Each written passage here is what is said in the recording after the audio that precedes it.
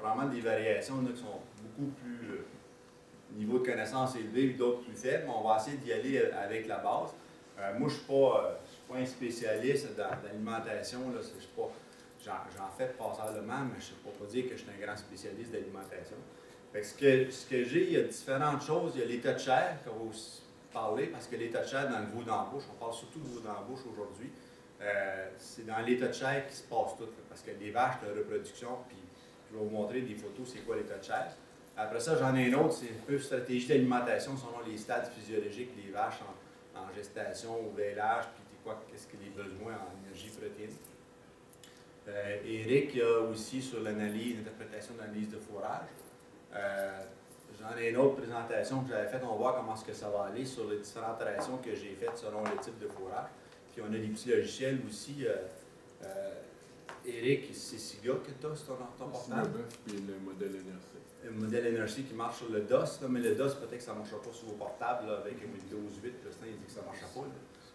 Pour ceux qui sont plus jeunes, DOS, c'est un écran noir. C'est les plus vieux connaissent ça. Les plus vieux, oui, évidemment, c'est un autre cheminement. Puis moi, j'ai celui, j'ai acheté le car chip de l'Alberta. Carbite. Puis je vais vous faire une petite démonstration de comment ça fonctionne. C'est un petit logiciel qui fonctionne pas.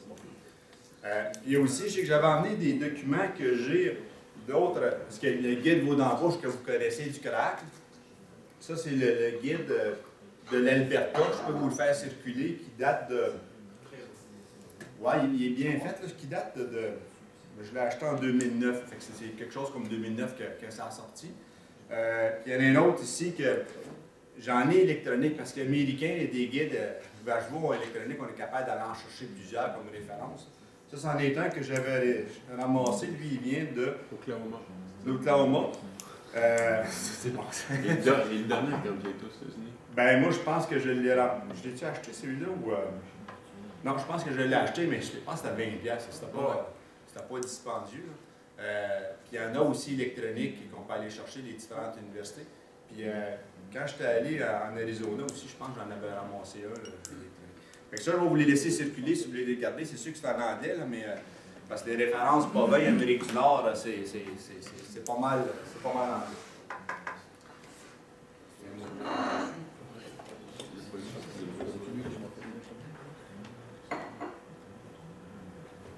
On a-tu un pointeur ou contrôle à distance? Oui, avec ça. C'est bon. Fait que, dans le fond, là, comme je disais, dans le veau d'embauche, puis là, j'aimerais ça aussi là, que ce soit un échange. C'est pas juste moi qui veux parler en avant. Là, si vous avez des commentaires ou des questions, là, puis vous n'êtes pas d'accord, je ne livre pas. Ça ne vira pas en bataille, c'est sûr, là, mais d'être capable de s'ajuster, qu'est-ce qu'on veut faire. Puis je ne veux pas aller trop vite, puis s'il y a des choses que vous ne comprenez pas, vous dites-vous, gênez-vous vraiment pas. Tu besoin d'un pointeur? Ah, tu n'as? Ah. Il n'est pas pointeur avec ça, mais juste OK. C'est bon, merci. Tu me feras penser de te le redonner, parce que j'ai amené dans mes poches. Inquiète-toi pas. C'est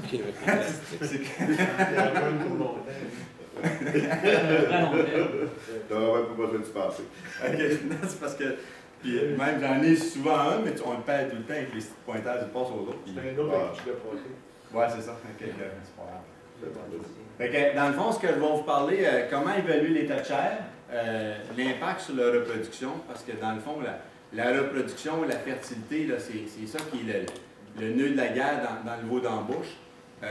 Puis que la reproduction, ben, on dit souvent que c'est 9 fois plus payant que le gain quotidien. La vache, il faut qu'elle revienne en chaleur, puis il faut tout est relié à l'alimentation pour la reproduction. Différentes stratégies d'alimentation, puis quelques applications pratiques.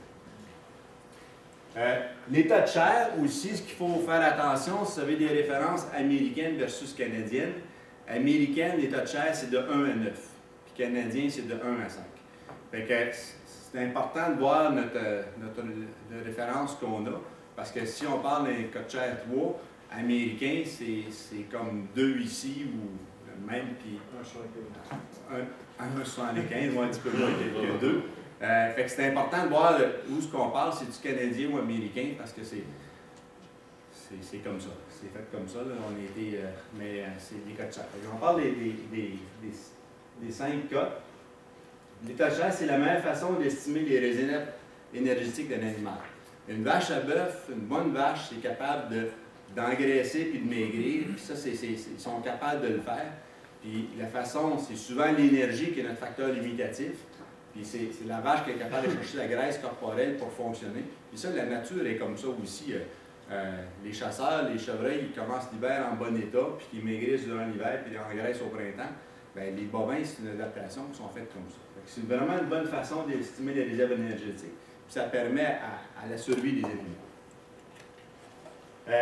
C'est facile à appliquer. Ça ne prend pas un outil super complexe. C'est juste manuel. C'est très facile à appliquer. C'est rapide. Les touchers, puis vous allez voir avec l'expérience, à un moment donné, c'est sûr que dans un troupeau, on peut avoir une vache qui est super maigre, mais parce qu'elle est malade, ça, c'est pas grave.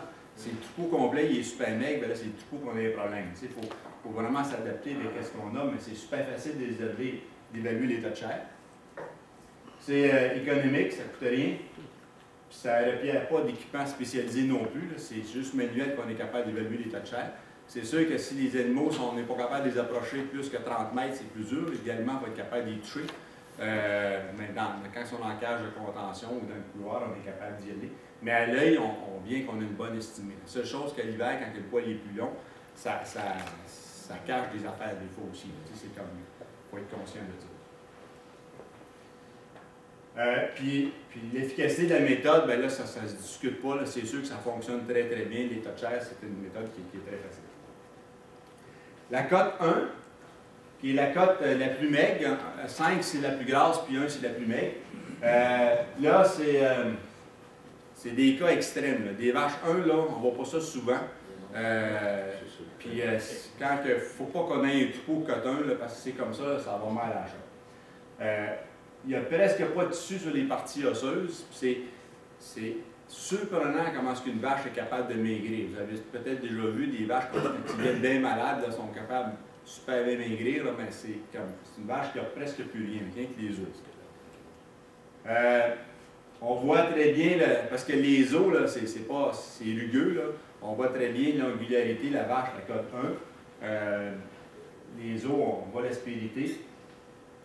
Les vertèbres lombaires, on voit vraiment la forme triangulaire. C'est très très facile à voir les vertèbres lombaires.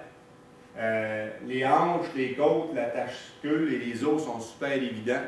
C'est sûr que s'il y a le poil d'hiver qu'ils peuvent cacher, mais c'est vraiment la peau et les os. Ça ressemble à ça. Vous voyez comme il faut la faute de la lumière, on devrait essayer de...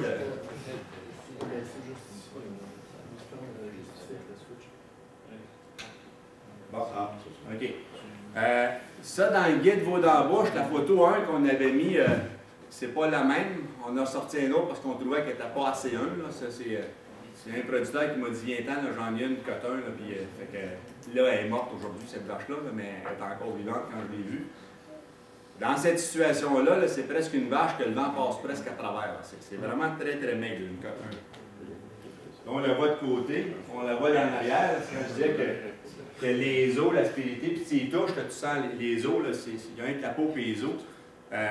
Puis ça, ce producteur-là, cette vache-là, il l'a gardé longtemps dans son troupeau, puis qu'elle, à chaque automne, elle était comme ça, à chaque printemps, elle était comme ça, parce qu'elle engraissait, mais là, elle est morte aujourd'hui. Mais c'est des cas extrêmes, c'est pas...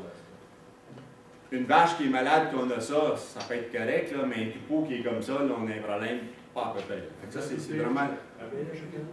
Oui, elle bêlait à chaque année.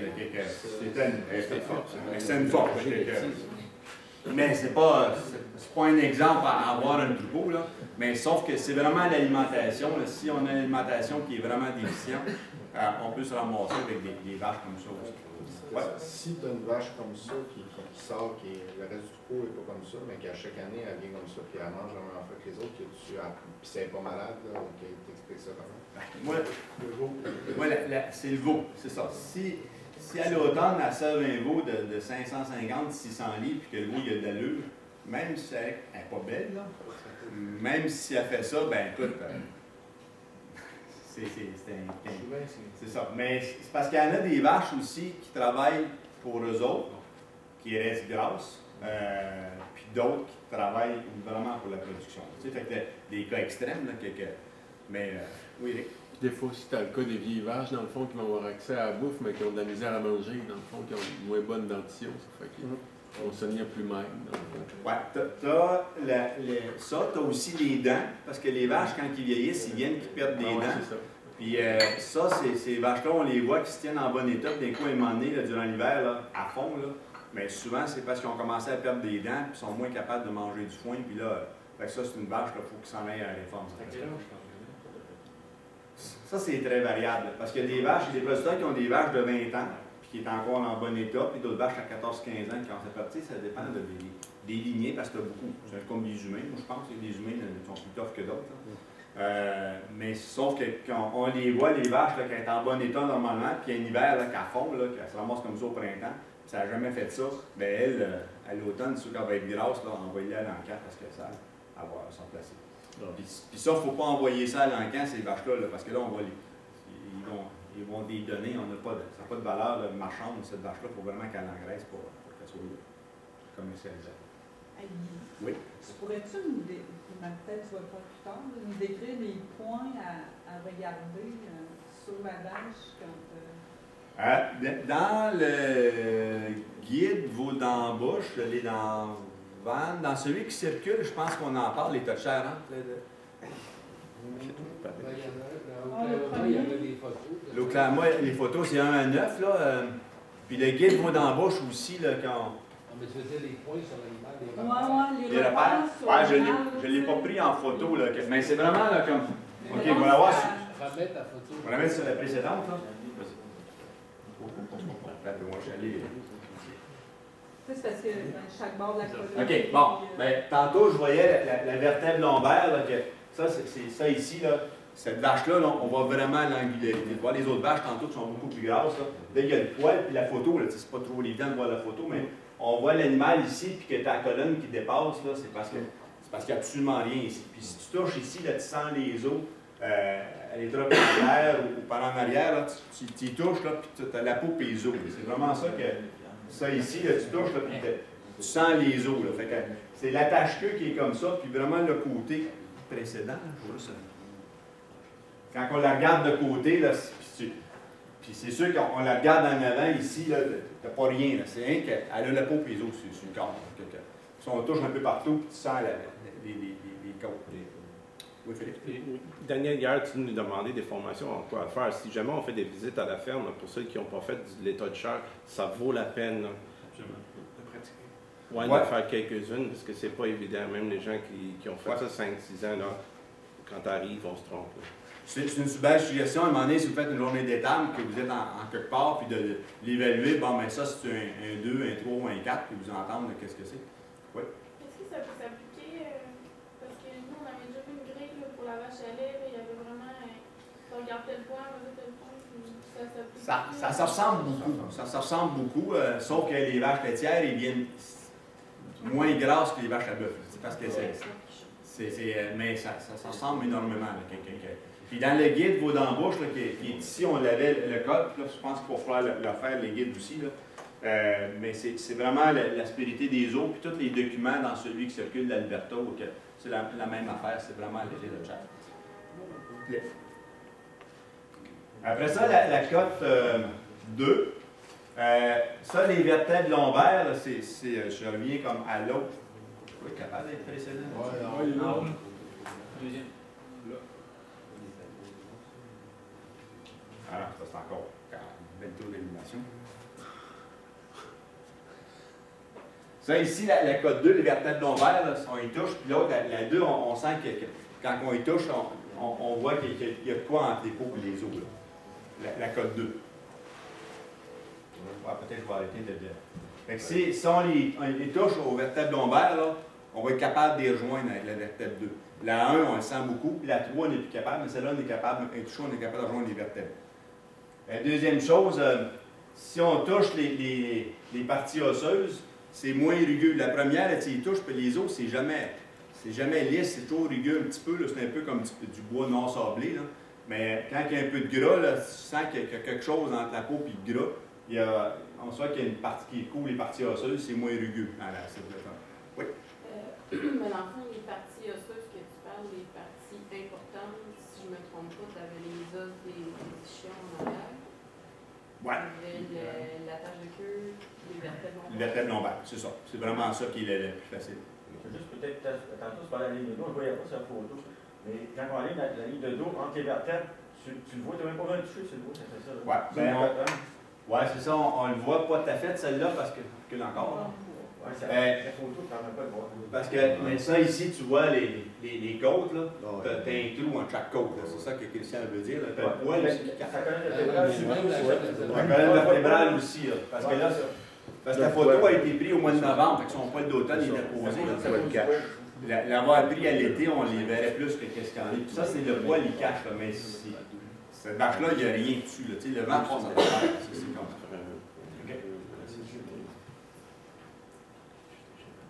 OK.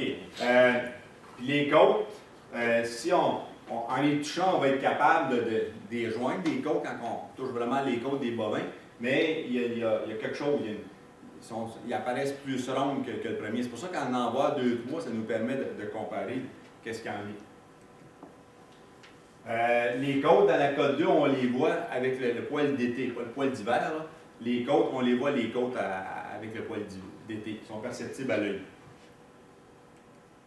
C'est cette vache-là. Fait qu'il y a quand même une grosse écart entre la 1 et la 2. Là. La 1, là, vous ne verrez pas ça souvent, là, parce que quand on a, à moins qu'une vache soit super malade, c'est la 2, ben, si on voit les côtes, si on touche ici, là, on va les sentir, les côtes, là, mais que puis les vertèbres lombaires, en prenant ici, on les sent les os, mais il y a de quoi entre les os et la peau. L'autre tantôt, c'était vraiment rugueux. Par en arrière, ben, on voit qu'elle est plus remplie. Puis ça, c'est sûr qu'il y a des écarts de race, c'est pas la même vache. Idéalement, ce serait de prendre la même vache, le code 1, 2, 3, 4, 5, mais c'est quasi impossible à faire. Mais si vous envoyez des bonnes photos, prenez-en, puis c'est vraiment important de se documenter. Mais en arrière, la tâche-queue, ben, s'il touche ici, on voit qu'il y a de quoi, qu'on est capable de toucher la tâche-queue, mais il y a un peu de gras qui est entre les deux. La code 3, là, pour les vertèbres lombaires, là, pour joindre les vertèbres, il faut vraiment qu'on pèse fort. En poussant fort, on est capable d'aller rejoindre, mais il faut vraiment qu'on pousse vraiment fort pour aller capable de tuer les vertèbres. Les formes angulaires, c'est pas mal plus angulaire. La vache est beaucoup plus remplie de la code 3. Puis au toucher, on voit qu'il y a une quantité de gras au niveau de l'attache-queue.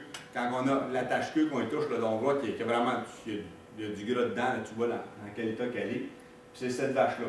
Elle est beaucoup plus remplie. Là. Fait que là, entre la 1, 2, 3, c'est une grosse écart. Puis ça, c'est bien plus normal de voir ça. Des vaches dans cet état-là, c'est normal. C'est comme ça qu'on les voit. Mais les vertèbres lombaires, il faut vraiment qu'on pousse vraiment fort pour être capable de les joindre ici. Puis les côtes, là, c'est plein, on n'est plus capable de. Sont couverts, les côtes. Puis par en arrière aussi, la tâche-queue. Ben, là, l'éclairage est plus ou moins bon, là, mais que la tâche-queue est beaucoup plus remplie que la première. La code 4, qui est très gras. Les vertèbres lombaires, là, même si on essaye de toucher les vertèbres, là, on n'est pas capable de les joindre. C'est vraiment là, même le plus fort possible. Là, on n'est pas capable de se rendre à l'os. C'est vraiment du gras qui est entre les deux. L'attache-queue et le trochanter sont arrondis. Là, on touche, il y a vraiment du gras. Puis c'est vraiment mou là-dedans, qui est très grasse là-dessus. Les côtes sont recouvertes d'une couche de gras. Si on touche les côtes, là, on ne sent même pas l'os, on sent le gras qui est entre les deux. Puis c'est ce type de vache-là, qui est vraiment très rempli. Les côtes sont frappées ici, on n'est pas capable d'aller rejoindre. Par en arrière, l'attache-queue, on voit là, que ça, si tu touches ça, puis tu as du gras en masse, puis que c'est vraiment une vache qui est super grasse. Peut-être une remarque, c'est que quand tu as des toucheurs à 4 sur le dos, ta colonne, c'est fait un plat. Ah oui, mais puis. Peut-être à 3, 3.5, il y a une petite pente. Peut-être la précédente, on est-tu capable. On le voyait un peu sur peu ici, c'est pas évident. C'est une tablette. C'est une tablette, c'est ça. C'est ça. Elle est trop grosse un peu. Là. Ben, 4, là, c'est vraiment. C'est gras. C'est pas 5, c'est extrême. C'est ça. Dans le fond, la 1, on ne la voit pas beaucoup, puis la 5, on ne la voit pas beaucoup. Puis 4, dans le fond, les vaches devraient se situer, c'est plus 3.5. C'est entre 3 et 4 qu'on va avoir notre trou. Là, Guy, je pense que ce serait toujours important qu'on évalue ça sur le côté droit de l'animal, puis pas sur le côté gauche. Là. Quand on faisait le laitier, il nous avait toujours dit fais ça sur le gauche, parce que la rumelle, là, si elle a bien bouffé, ça peut être un peu Ça se cache un peu, là. Ouais, C'est-tu peut-être, pareil, mais là, je suis pas convaincu, là, parce que la vache à lait, il faut dire qu'elle la mange, elle est capable de manger 4 de son poids vif. Tu sais, c'est comme, c'est une machine bien plus qu'une vache à bœuf, là. Puis la vache à bœuf, on la rejoint sur le côté qu'on est capable de l'avoir aussi. Non, ça, je suis d'accord, mais en général. Mais je sais pas à ma connaissance. Je ne sais pas si d'autres trucs. C'est pas aussi important. Par rapport à l'humain, il peut paraître plus rempli, mais la vache, les points qu'on regarde, quand on regarde aux ischions, la colonne. Ouais, c'est ça, ça paraît trop Les ça. repères, on va les voir de n'importe C'est bon, là. Ouais, c'est ça. Je pense pas qu'il y ait. Si il y a une vache qui est. Ça, c'est important pour le humain, si une vache qui est gonflée, mettre le trochanter sur le bon bord. Là, parce que tu as le fœtus aussi, mais c'est que. OK, la code 5, ça, la structure osseuse, là, n'est pas apparente. Puis des vaches code 5, on ne devrait pas en voir souvent non plus. L'animal, c'est une forme angulaire, c'est vraiment bien rempli. La tache-queue et les hanches sont entourées de gras. L'animal, c'est excessivement gras. Dans le fond, cette étape-là, c'est un bouvillon qui est prêt pour la bataille. Là, ce qu'on voit, là, tu sais, comme vertèbre lombaire, les côtes, on n'est pas capable de toucher les os de celle-là. C'est vraiment là, super gras. Encore là, c'est pas la même vache. Puis que, il y a le vent aussi de la valette qui se remplit pas mal à ce stade-là. Oui, ça, je ne l'ai pas photo en avant. C'est pas aussi pire qu'un bouvillon, là, parce que les bouvillons avec les implants, ils viennent des bouvillons qui sont par eux-mêmes. Mais on voit quand même juste en dessous du cou à la Robin. Oui, c'est ça. Puis, en avant, j'en ai pas de photo d'en avant, puis en arrière, on la voit, là, c'est comme. C'est une boule de graisse. Elle, quand elle marche, elle ne fait pas de bruit, elle est tellement dans la graisse que ça frotte dans l'huile, il n'y a pas de problème. Ah, c'est ça. Mais là encore là, la 5 c'est excessif, puis la 1 c'est excessif. Là, fait que vous n'en verrez pas des 1 et des 5, on ne voit pas ça souvent. Mais c'est vraiment là, des cas extrêmes. Pour la cote canadienne, américaine, c'est 1 à 9. Là. Une 5 américaine, c'est une 3 ici. C'est pas. C'est même un peu moins qu'une 3 qui se pointe là-dessus. OK. Guy? Oui? Tantôt, il y avait une question par rapport à un site là, ou une charte pour évaluer dans le bœuf. Sur Internet, on avait trouvé une autre fois, puis c'est vraiment pas pire. C'est le site informedfarmers.com. Tu vas au Body Condition Scoring Bee. Tu as les codes de 1 à 9, c'est bien sûr, c'est américain. Puis ils mettent plein de points à regarder, mettons, comme Physical Weak, Muscle Atrophy, la ligne de colonne, la visibilité des côtes.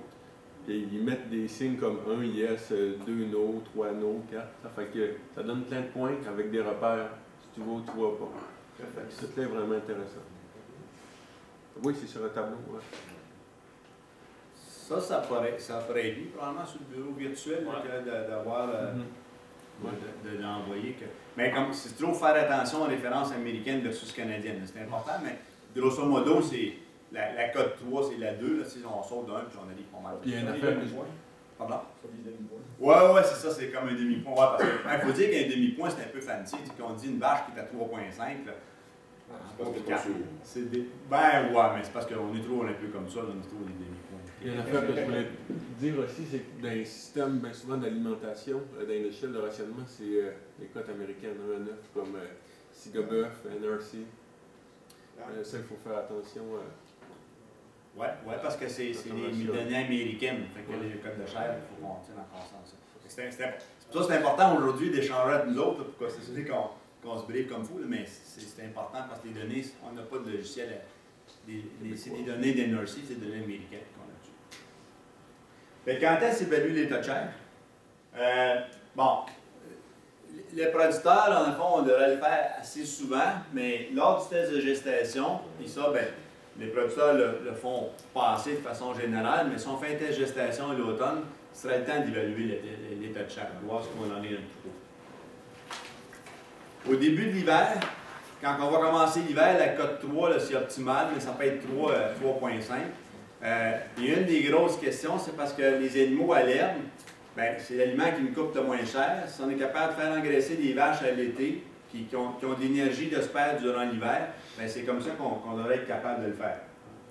À la mise bas, ben, pour une vache adulte, c'est à peu près 2,5, puis une tasse, c'est 3. Parce que la tasse, il ne faut jamais oublier, elle a encore de la croissance qu'il faut qu'elle ait. Fait que si la tare avait été vraiment trop maigre, ben, elle va avoir des difficultés à venir en haut. 30 jours avant l'SCI, c'est la cote 2.5. Puis tantôt, je disais que la reproduction, c'est là que ça, si, on pourrait vous le mettre, la présentation sur le virtuel aussi. Oui, puis au pire, tu peux me l'envoyer aussi, là, si vous voulez l'avoir. OK. En le mettant sur le virtuel. On va tout prendre en note, parce que si juste que les menteries que je dis, ben là, ça ne sera pas écrit là-dessus. Ce qui a été dit a été dit.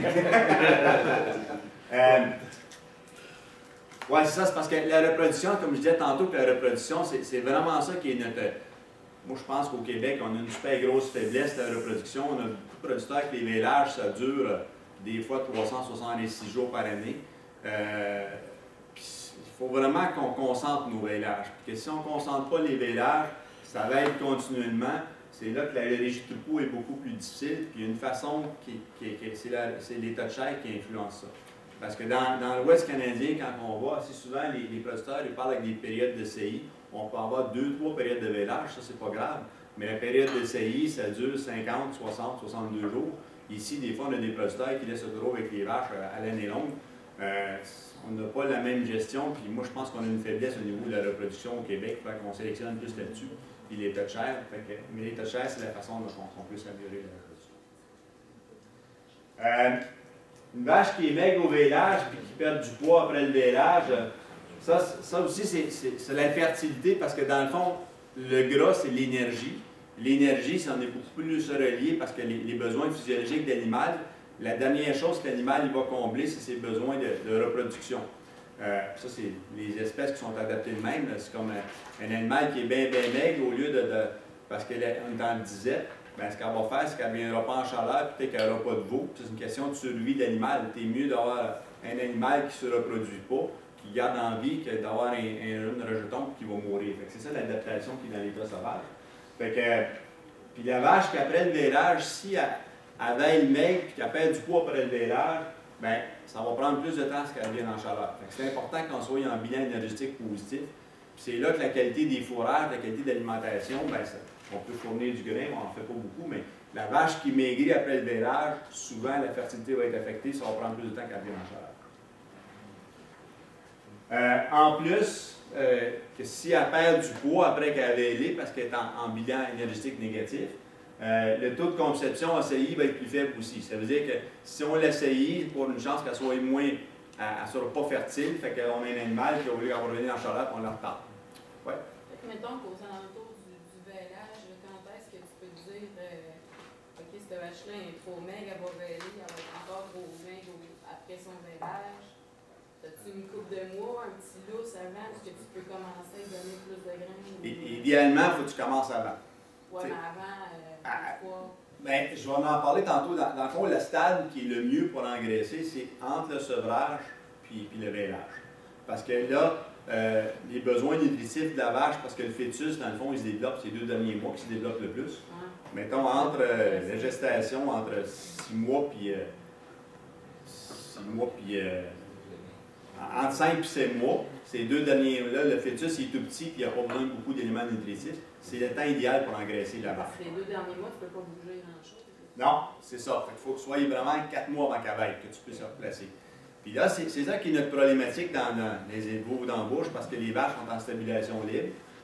Si on n'a pas assez de mangeoires, la compétition, comme Éric tantôt parlait de la compétition en mangeoires, parce que la grosse vache qui est forte, puis les animaux là, sont très très rares, les animaux qui vont penser à leurs besoins. Moi, je ne mangerai pas parce que toi, tes becs, tu vas aller manger. Là. Même pour les humains, là, ça n'existe pas beaucoup. Fait que les vaches, c'est pas ça qui se passe. C'est vraiment la compétition. La plus grosse, elle va aller manger, puis il y a même des grosses qui vont se coucher à côté de la mangeoire pour s'assurer qu'elle en ait assez juste pour. Puis la plus faible, elle va rester plus loin, mais elle ne viendra pas manger. Puis il y a un producteur chez nous qui engraisse du bison, là, qui a du bison qui emmène jusqu'à l'abattage. Les bisons, là, c'est fou. La compétition, là, le dominant, il se couche à côté de la mangeoire, puis s'il envoie un petit arrivé, il part à courir après, là, puis qu'il le verge. C'est l'enfer, les bisons. Là. Les bovins, c'est un peu comme ça, mais moins fort. Fait que ben non, les bisons, c'est parce qu'ils ça cogne fort. Ça cogne fort quand il... C'est ça. Mais c'est pour ça que les tas de chair, dans le fond, quand on a les mangeoires, c'est la gestion de tout le pauvre, qu'on ait suffisamment de mangeoires où les animaux séparés en groupes, les vaches maigres, les vaches plus adultes séparent ensemble, qu'on puisse les alimenter.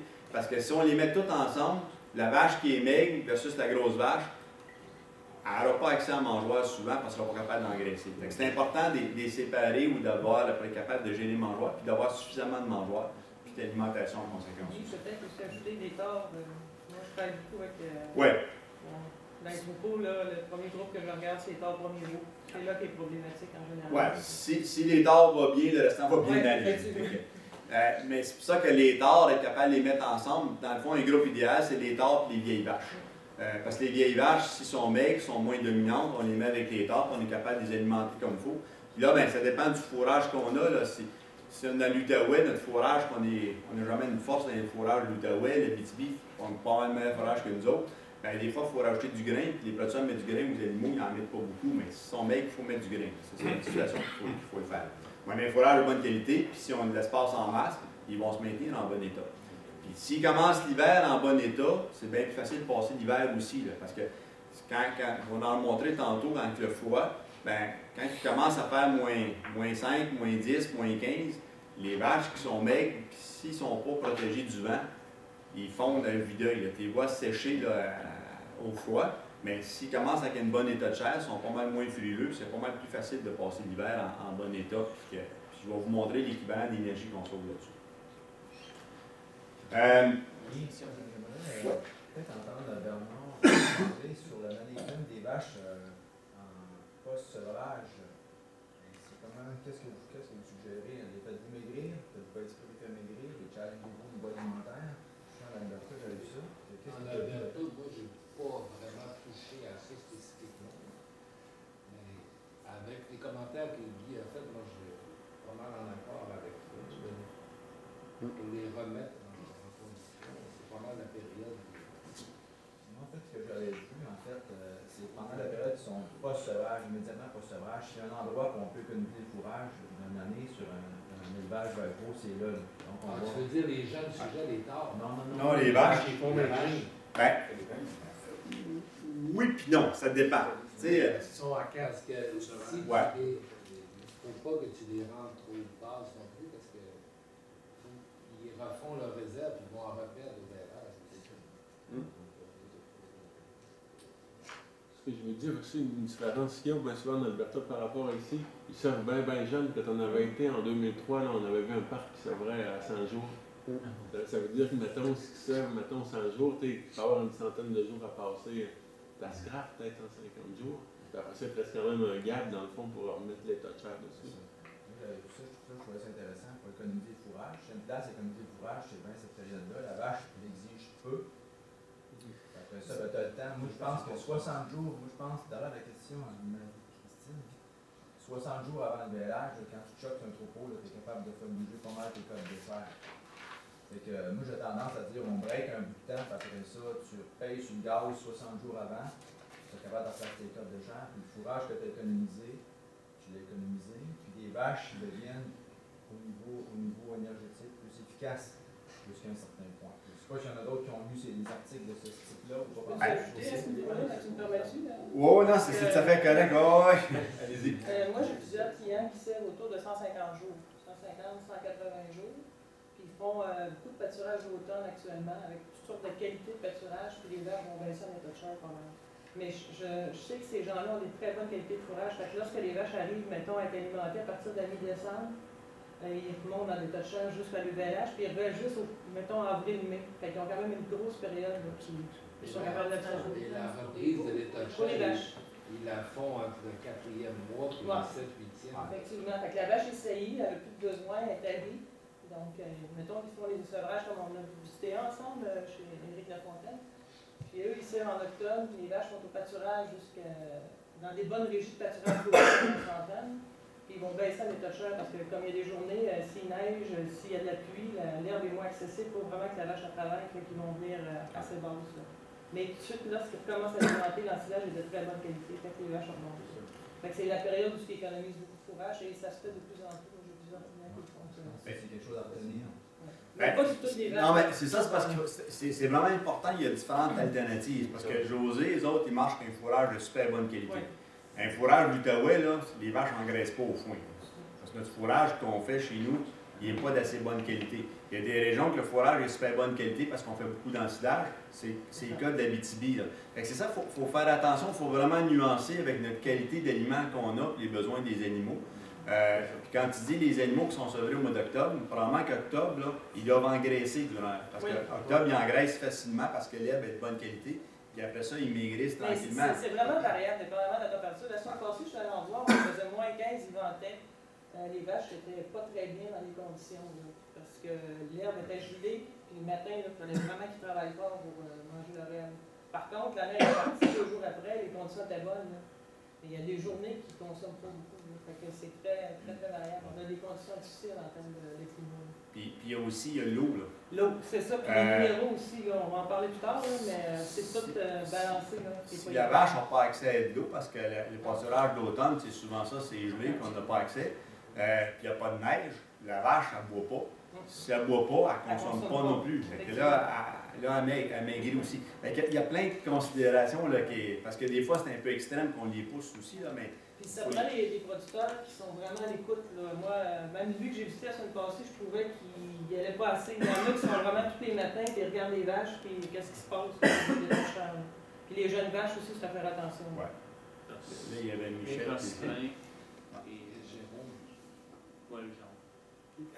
José, ils vont veiller à quelqu'un de cher. Ça dépend des entreprises, 3,5. Tantôt, tu as parlé de 2,5, c'est quand même. C'est bon, un peu. Ouais, c'est. Là, j'ai remarqué que ça dépend aussi si tu vas aller à l'automne versus au printemps. Le printemps, ils sont à l'herbe, ils vont gagner facilement. Tu sais, comme... Mais ceux qui font le système que je parle, la plupart veillent avril-mai. Ils ont vraiment une longue période d'hiver où ils n'ont pas de veau. Nous autres, le système est vraiment plus économique. Sèvez-vous le plus vite possible, puis les vaches, débrouillez-vous. 2,5. Moi, j'ai remarqué qu'il y a beaucoup de producteurs qui font exprès pour les, comme Paul le disait, dans l'Ouest, ils les font maigrir intentionnellement jusqu'à 3 semaines avant le vêlage. Puis ils arrivent au vêlage à des cadres de 2,5 pour vous. Non, 2,5. Les vaches arrivent même, puis après que le vêlage est passé, là, ils vont la machine. Mais ton alimentation pour passer le vêlage, que ce soit correct. Si tu n'as pas de surage, c'est comme. Ça fait plus pour des vêlages de printemps, ça, que des vêlages d'hiver. Le vêlage d'hiver, 2,5, là, sont vraiment que c'est top. Non. Paul? Ouais. Vous avez parlé de fourrage de très bonne qualité en Abitibi. J'aimerais savoir un petit peu plus c'est quoi. Tu as parlé tantôt? Sur base de la protéine d'énergie. Oui, bien, toi, Éric, tantôt, tu vas parler d'analyse. On en parle. Mais grosso modo, c'est parce que, mettons, si on parle de l'EDF, qui est l'estimation d'énergie, les fourrages en bas de 34 d'EDF en Abitibi, on a ça souvent, puis c'est un fourrage. Bas-Saint-Laurent aussi. Oui, non, c'est comme l'Abitibi, mais effectivement, c'est une tachetière en lait, c'est 34-35 ADF, ça va super bien. Ouais. Ton veau, tu viens de servir 600 livres, tu peux mettre ça à 30-32 ADF. Pour les vaches à 34-35 ADF, là, ils peuvent maigrir un petit peu au début. Après ça, quand ils vont être taillés, ils vont parce que souvent ils sont ensemble, les taillés, ils vont prendre un peu le tachat. Souvent, ça va se mettre, ça fait une petite vague de même. Mais comme on voit, il y a différents types de régies, puis il faut vraiment s'adapter à chacun des types de régies. Il y a pas, je pense. Moi, en fait, je reviens encore sur mon point. Il y a quelque chose en tête, alors c'est pas facile de même, mais l'analyse comparative 2010, qu'on fait référence souvent, parce que je sais que Michel l'a dit pas mal de fois, et comme moi qui réalise plusieurs fois pour comprendre, j'imagine. Mais dans le fond, tu parles du modèle? Non, l'analyse, c'est pas vraiment le modèle, c'est une portion de modèle. Ah ben l'enquête du coût de production. En fait, moi je pense qu'il y a quelque chose d'important là-dedans, c'est entre le groupe de tête et les groupes de faim, il y a 200$ d'écart entre les coûts d'alimentation durant l'hiver. Moi je pense qu'un des grands problèmes qu'on a dans nos élevages, c'est que les gars ils alimentent plus que moi. Alors que j'en ai du point, j'en donne plus que moi, plus que moi. À un moment donné, ça là, c'est 200$ par vache. 50 vaches, 10 000$, 100 vaches, ça fait calcul. OK? Ça, je pense que c'est un des éléments clés de réussir à mettre nos fermes rentables. Il faut montrer aux producteurs à gérer les fourrages pendant des périodes données. Pas donner, ben il y en a en masse, on en donne. Ça coûte trop cher. C'est ça qu'il faut venir bien, ça coche, puis on alimente ces vaches-là à un moment donné. Faire diviser, là je comprends la problématique, il y a des vaches qui veulent n'importe quand, ça, je trouve d'accord avec ça. ça, mais je pense que là, nous autres, je pense qu'en termes économiques, on a un impact. Et là, si on fait économiser 200 pièces par vache, c'est pas mal moins gênant après ça d'aller connecter notre dû annuellement sur les dépôts. J'aimerais rajouter ce qu'il n'a pas dit, parce que moi, j'ai lu peut-être une fois de plus que celui-là. Ça va être ça job pour moi, là. Je l'ai lu 2-3 fois, moi aussi. Oh, oui. Non, mais l'idée, en fin de compte, entre le groupe de faim et le groupe de pêche, c'est qu'à un moment donné, ceux qui sont dans le groupe de faim achètent davantage de fourrage comparativement au groupe de pêche. Donc, s'ils achètent des fois, puis ils en achètent plus, ils ont plus de quantité de fourrage servi dans l'ensemble du cycle au complet. Ça fait qu'à ce moment-là, ils en achètent, mais ils en achètent de moins bonne qualité. C'est ça qui pensait pas. Puis ils rajoutent un 100-150 pièces d'alimentaire. Tu l'as ajouté aussi. Je suis pas en désaccord avec ce que tu dis. L'autre option qu'on n'a pas eue dans cette enquête-là, parce que quand ils l'ont analysé, quand ils ont sorti groupe de tête, groupe de touche, avec eux autres à Lévis, quand ils l'analysaient, le nombre de jours de pâturage, ils l'ont pas sur l'enquête. Les vaches sont capables de manger d'herbe, parce que ça aussi, c'est une... Moi, je pense que dans le coût d'alimentation, parce que tu as raison, parce que plus que le coût d'alimentation y est fait, plus que d'argent par vache.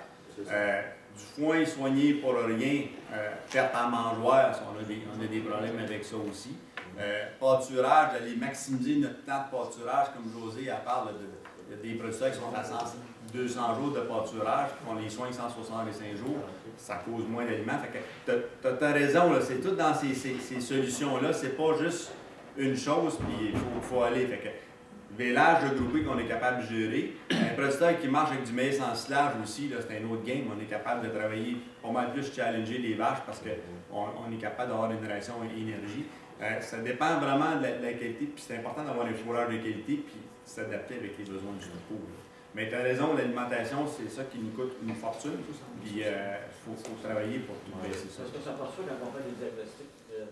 Ceux qui ont des mauvais poches. Effectivement, la quantité de fourrage joue beaucoup sur l'économie.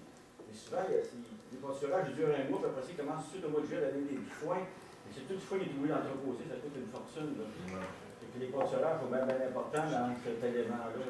T'as bien foutu le bon point. Mais il y a plusieurs points. Il y a d'autres points. Il y a plusieurs points. Oui, c'est ça.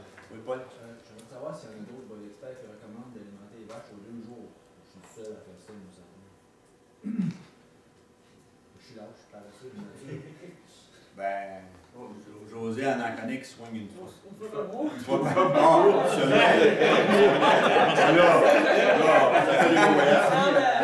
y en a qui travaillent avec des broches électriques. Ça dépend quand tu parles aux 2 jours. Mais il y a de la nourriture relativement à volonté.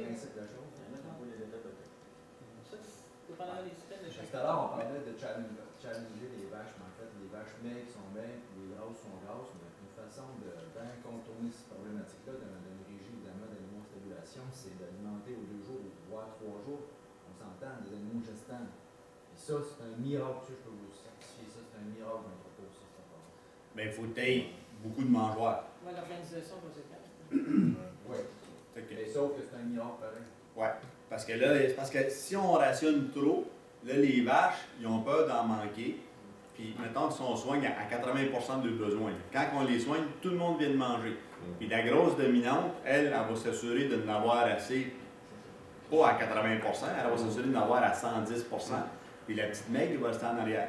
Fait que si on soigne aux 3 jours, mais la grosse, à un moment donné, elle se tente de checker le mangeoire parce qu'il y en a assez. Fait que c'est ça l'objectif de challenger qui est intéressant. Mais il faut qu'on ait bien la mangeoire. Mais tout ça, c'est de la gestion. Il n'y a pas une façon de faire. C'est intéressant, mais il faut que tu aies bien la mangeoire, que tu ne perds pas trop.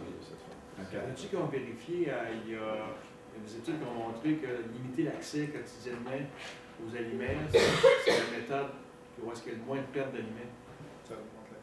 Maintenant, de donner accès seulement les avant-midi, ça fait... Il faut qu'il y ait tous accès, parce que nos meubles, ils ont des broches, mais les vaches ont tout avec la Est-ce qu'il y en a qui ont accès à ces choses-là où ça fonctionne? Mais il faut aussi, ça dépend, qu'est-ce qu'on parle, mettons, des enclos d'hivernage, puis d'avoir assez de litière aussi. Parce que des fois, le surplus de foin, c'est pas méchant. Il faut qu'on ait des litières, que les animaux soient confortables aussi. Mais mais il en faut de litière. Tu sais, c'est comme, il y a un équilibre parce que le cas extrême, Abitibi avec la broche, qui n'ont pas de litière, les vaches couchent à la glace, ils fondent durant l'hiver, puis c'est un problème aussi. Là. Fait que, tu sais, il y a un peu de tout ça, là, parce que la vache, il faut vraiment qu'elle soit confortable pour se coucher. Tu as une perte en mangeoire, mais c'est de la litière aussi. Là, ça dépend de la qualité de son foin, puis de la quantité, puis le coût de ton foin là, qui est à challenger. Il y a plein d'affaires dedans. C'est pas juste une solution, puis il en faut plein d'affaires. Si on utilise un hachoir et qu'on lâche du foin, ça prend pas mal moins de litière. C'est une façon là, de contrôler la perte. Il faut que les animaux soient confortables. S'ils ne sont pas confortables, ils couchent à la glace, ils vont fondre durant l'hiver. Ça aussi, c'est un autre facteur. Ça dépend un peu de la température. Il y a des années, quand il se fait très très froid, moi j'ai vu des hivers à moins 25, là, ça prend l'alimentation. Quand on frappe moins 25 avec du vent, là, puis si ça dure 2-3 jours, puis ça casse, c'est pas grave. Mais si ça dure très longtemps, c'est là que les animaux, puis surtout s'ils n'ont pas un bon brise-vent, puis qu'ils ont accès au vent, ils fondent. Dans 3 semaines, tu vas voir les vaches là, qui en ont perdu énormément. C'est pour ça que dans l'Ouest, assez souvent, ce qu'ils font, ils rajoutent du grain. Quand il fait froid, là, ils en ont du grain, mais ils rajoutent de l'orge aux vaches. Ici, c'est pas un réflexe qu'on a, là, mais si les vaches ils maigrissent durant l'hiver, c'est parce qu'on a un problème. C'est une question d'alimentation. Parce qu'il y avait un petit logiciel d'alimentation vieux de Cornell qui existait et tu variais les conditions d'ajouter du vent, baisser la température, mettre de l'humidité, la saleté sur les animaux, puis avec la même ration, tu voyais le gain planté, puis tu voyais les tables de peau. C'est clair et net. J'en ai fait quelques exemples de réactions pour éviter qu'on pourrait voir qu'avec bouette ou pas de bouette, vent, pas de vent, puis froid, pas froid, puis que la vache qui produit du lait normalement, mais elle va venir qu'elle est presque étérée si elle n'est pas en lactation. Parce que si elle est en lactation, c'est encore pire aussi. Là. Si la vache a lait à l'automne, c'est encore plus vrai ces choses-là. C'est là que les besoins nutritifs de la vache est beaucoup plus élevé. L'élément important, c'est le pelage propre aussi. Le pelage chaud l'hiver, c'est pareil, c'est au frais puis au vent. Puis même dans un bâtiment, un bâtiment 30 puis humide, ça ne marche pas. Là. La vache n'a pas le choix, il faut qu'elle se couche dans le jus, mais là, elle va se rester debout bien plus longtemps possible, puis elle va fondre aussi. Là. Fait que tous ces aspects-là qu'on parle, il ne faut pas tout s'ostiner sur l'alimentation au cadre d'11 près, quand on manque de litière et que la vache est en train de maigrir parce qu'elle est toute trempe. Ça, c'est des gros facteurs qui sont là. C'est pour ça que dans le fond, dans l'alimentation du veau dans la bouche, faire des calculs de ration, là, en tout cas, on n'en fait pas énormément, c'est bien plus de la gestion de mangeoire, de la gestion de la litière, de la gestion pour le confort des animaux, la gestion pour les tas de chair, parce que de toute façon, le producteur, il soigne, on calcule des kilos de foin, mais il soigne à la bale, il en donne 10 bales ou 12 bales, c'est comme la bale, appelles-tu 250 kg ou bien 350 kg. Tu as des variations entre les bales, puis là, la perte que tu as, à l'extérieur, tu as 15 de perte versus 0 de perte. Le facteur d'amplitude, il est élevé là-dessus. OK, fait que l'impact sur la fertilité, c'est ça. Peut-être une question que je ne sais pas si tu as mentionné tantôt. C'est quoi que tu acceptes comme perte de code de ta chair sans nuire? Est-ce que tu peux partir de 4 à combien ou de 3,5 à combien sans nuire à la fertilité? Bon, là, ça dépend quand est-ce que tu veilles.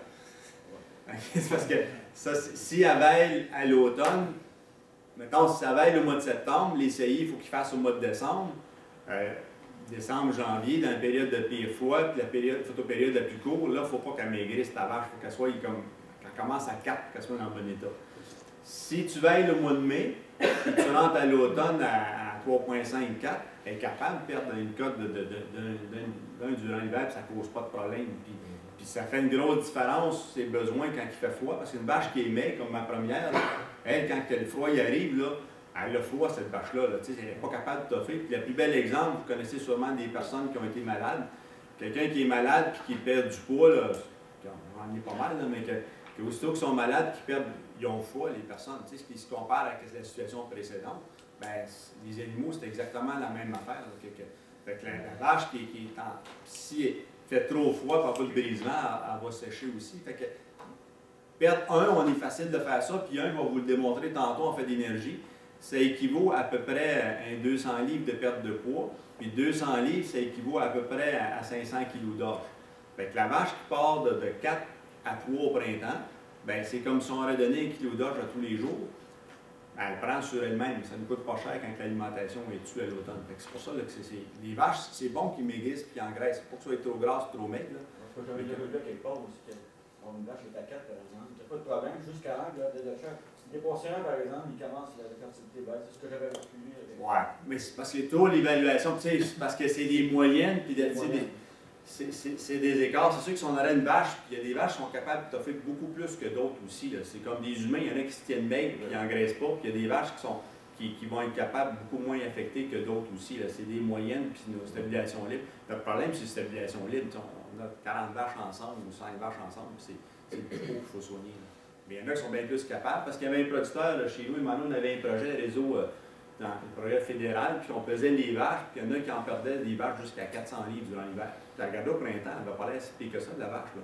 Mais pour une question de coût, comme une question de sauver du fourrage, sauver de l'alimentation, cette vache-là, elle engraissait durant l'été, puis elle maigrissait durant l'hiver, puis elle produisait, elle était efficace, cette vache-là. Tu as des problèmes de vélage aussi, tout à l'heure. Ouais, c'est ça aussi. Il ne faut pas qu'elle soit trop grasse quand elle veille, parce que là, en haut de 4, il y a souvent des petites. En haut de 4, on a des problèmes. Il ne faut pas qu'elle soit à 4 au vélage. Mais elle paye 4 à l'automne, elle maigrit durant l'hiver, puis ça veille au printemps. Elle est à 2,5, il n'y a pas de problème. Ça, c'est excellent. C'est une façon de sauver le fourrage, comme Paul dit aussi. Il n'y a pas une façon de faire. Ouais, c'est ça. Puis il faut que tu tiennes compte aussi de la luminosité. C'est que tes vaches que tu vas devoir faire couler, supposons au mois de janvier, là, pour qu'ils étaient dans la période des journées les plus courtes.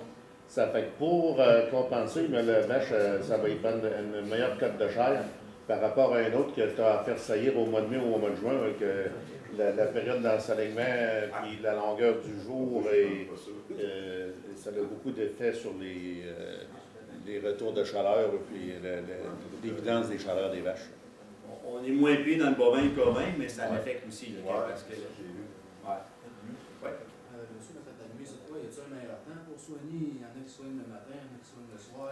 Les vaches, ils vont se garder plus en chaleur. Je vais te répondre comme un vrai agronome, on dit que ça dépend.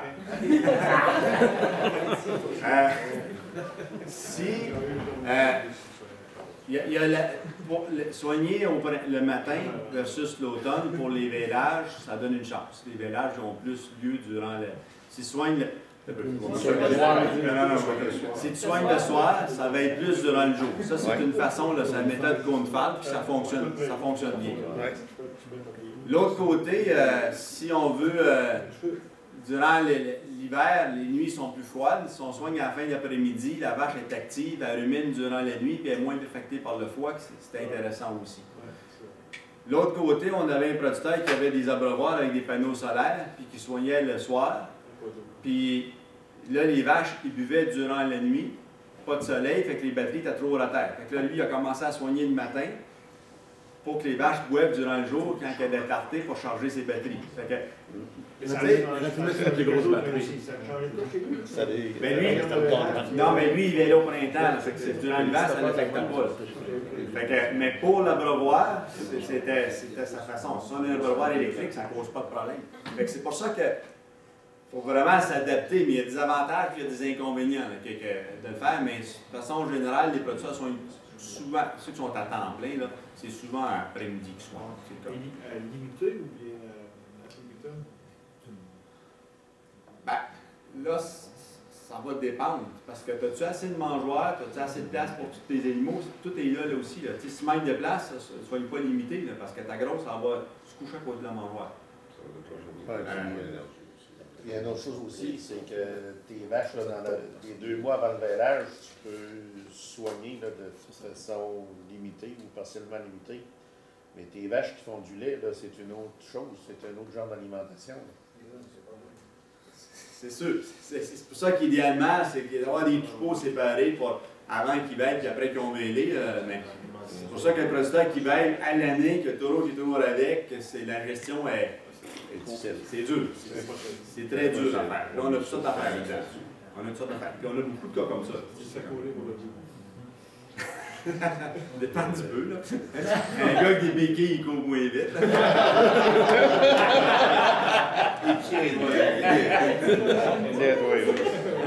Par contre, la zone de fit est plus haute que des quilles en l'air. OK, fait que je vais continuer un petit peu là-dessus, là, parce que... Excuse-moi, oui. Parce que on a déjà fait des travaux sur les tas de chair dans différentes espèces. Puis quand on cotait nos conditions de chair, mettons les 50 vaches, exemple, là, je les cote de, mettons, 2, 2,5, etc., puis je descends mon troupeau. Mais à partir de quel moment on peut dire qu'un troupeau, en guillemets, est équilibré, parce qu'on a une approche troupeau? Tu sais, on n'a pas, mettons, une vache, mettons, j'ai 2 vaches qui sont à 2, puis le restant est à 3. Ça veut dire qu'il y a juste 2 vaches sur 50 qui sont hors circuit. Wow. C'est quelque chose dans ce style-là qui a été fait pour dire un troupeau pour être égal homogène, tu gardes, ça va bien. Là. Parce que si tu fais ta moyenne de 3, puis tu as des 5, puis tu as des 2. La moyenne, c'est la moyenne qui est là. Dans le fond, on la fait presque jamais, la moyenne. C'est à l'œil, puis qu'on spotte des vaches, tu sais, que de dire là, que de me faire toutes les vaches mesurées. Là, j'en connais pas des producteurs qui font vraiment ça. Je ne sais pas si c'est des conseillers. Tu sais, c'est l'aperçu de balle du troupeau. Là, tu sais, on est dans quel état? Là, c'est-tu tari, pas tari, ça va aller au printemps, ça va aller à l'automne, sont au package, pas au package. Tu sais, il y a plein de considérants là-dedans que c'est pas, je suis pas sûr qu'on est capable de faire des choses comme ça. Je peux peut-être donner un élément. Moi, de la façon que je travaille avec les données du PNWQ au niveau des intervalles de vêlage, le rapport des vaches, la première chose que je regarde avec mon client, puis je vais tout de suite voir les deuxièmes veaux. Puis si au niveau des deuxièmes veaux, l'intervalle est bon, et se maintient autour de 370, la majorité des torts, déjà en partant, je sais qu'il n'y a pas de problème au niveau alimentaire. Si c'est le cas, parce que je l'ai vu souvent dans les entreprises, ça monte à 400, là, je vais questionner pas mal plus. Fait que l'outil, puis ça parle beaucoup parce que j'ai les chiffres. Souvent, ça, le client, il va réagir. Le problème, ça veut dire qu'il alimente pas trop, par exemple. Oui, mais en général, je n'ai pas de problème de trop, c'est toujours moins. non, mais t'as raison aussi, là, tu sais, que... Ben, dans le fond, pour être bon gestionnaire, on a plein d'affaires qu'il faut regarder en même temps. Là, mais les données de troupeau, c'est important, puis ton coût d'alimentation, puis la quantité de balles que tu soignes, là, parce que j'avais rencontré Christopher Weather, là, qui vient de Rycroft en Alberta, puis que lui, la première question qu'il pose, comment de balles que tu prends par vache? Donc, lui, parce que lui, ce qui était en Alberta, c'est comme, je pense qu'il était au nord-ouest d'Edmonton, qui est vraiment au nord. Peace River. Peace River. Peace River. Donc, le poil, c'est une vache au pouce carré, moi, ça va passer l'hiver. C'est ça. Puis il y a un hiver qui a eu une super grosse tempête, puis il m'a montré des photos de ces vaches, que là, les vaches qui ont sorti, il était des 1, des 2, c'était plein son troupeau qui avait sorti cet hiver-là. Puis normalement, lui, il soigne ses vaches juste 100 jours. Puis il challenge toujours les animaux pour soigner le moins longtemps possible, qu'ils soient au pâturage le plus longtemps possible. C'est sûr que les conditions d'Alberta, c'est différent d'ici, mais... Il va au mois de mai? Lui, il va aller au mois de mai. Puis que durant l'hiver, je l'avais visité au mois de... Chez eux, c'était le mois de janvier que j'étais chez eux. Non, c'était au mois de mars que j'étais chez eux. Puis les vaches étaient en bon état cet hiver-là. Mais l'hiver précédent, il y avait une super grosse tempête, parce que lui... Il y avait 300 vaches, puis c'est là qu'il a acheté son premier tracteur. Il soignait ses animaux avec son pick-up. Puis quand il y a eu la grosse tempête, il est tombé 10 pieds de neige, puis sa femme était 3 jours sans capable de sortir de la maison. C'est là que les vaches ont mangé le coup, puis là, ils ont décidé d'acheter un tracteur. Mais c'est un gars qui avait la chance de... Christopher, lui, Prairie Heritage Farm, c'est un marché de créneaux qu'il essaie de développer. Vincent McConnell, je ne sais pas s'il y en a que vous connaissez, Vincent, il a travaillé beaucoup avec lui. Mais il challenge, il pousse les vaches au maximum. Puis que lui, il a fait son doctorat en reproduction, puis il a travaillé pour l'Alberta, puis il est rendu avec ses animaux. Mais c'est question de coût aussi. Il faut tout attacher. C'est ça, c'est la vision globale de l'entreprise. C'est pas nécessairement juste une petite affaire. Puis c'est important, je pense, qu'on ait vraiment la vision globale de l'entreprise. Puis c'est quoi notre coût d'alimentation, la reproduction. Si les vaches, ces vaches, il y a tard d'un mois chaque année, là, on a un problème majeur. Il se passe quelque chose dans le troupeau. C'est-tu le taureau, c'est-tu la fertilité, c'est-tu l'alimentation, c'est-tu la litière, c'est-tu plein de choses. Quand tu décèles un problème, tu as plusieurs questions pour répondre. Ouais. Tu consommes trop de fourrage, il y a peut-être une dizaine de questions posées pour savoir pourquoi tu prends trop de fourrage. Ouais. C'est ça. Puis ça n'a pas eu de performance en plus, c'est normal. Parce que moi, j'ai vu un producteur qu'on avait 9 vaches saillies avec le même taureau qui a été vendu, on changé de producteur. Le premier producteur, il y avait de l'herbe au bout, implanté, vermifugé, en tout cas tout fait selon un croisement triple, c'est fait selon les règles de l'art. Ces mêmes vaches-là ont changé de troupeau, un autre producteur l'année d'ensuite, puis l'alimentation était comme coup-ci, coup-ça, pâturage, coup-ci, coup-ça. Chaque vache, on produit 200 livres de moins avec le même taux. Fait que c'est plein de petits détails. Il n'y a pas une recette de dire que c'est comme ça qu'il faut le faire. C'est plein de petits détails additifs, l'implant, les vermifuges, l'alimentation. C'est tout ça qui fait que ça va. Fait que juste couper le coût d'alimentation pour pas être performance, ça ne marche pas. C'est toujours ça, c'est l'argent qui va nous rester à la fin. C'est pour ça que c'est économique, c'est des chiffres qu'il faut balancer.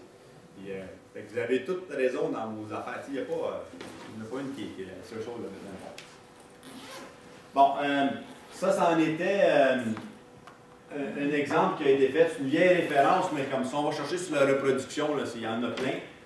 Si on a une relation énergie faible, énergie élevée, puis flushing, ben on fait ça souvent dans l'ovin pour inciter la reproduction, pour on met une grosse énergie.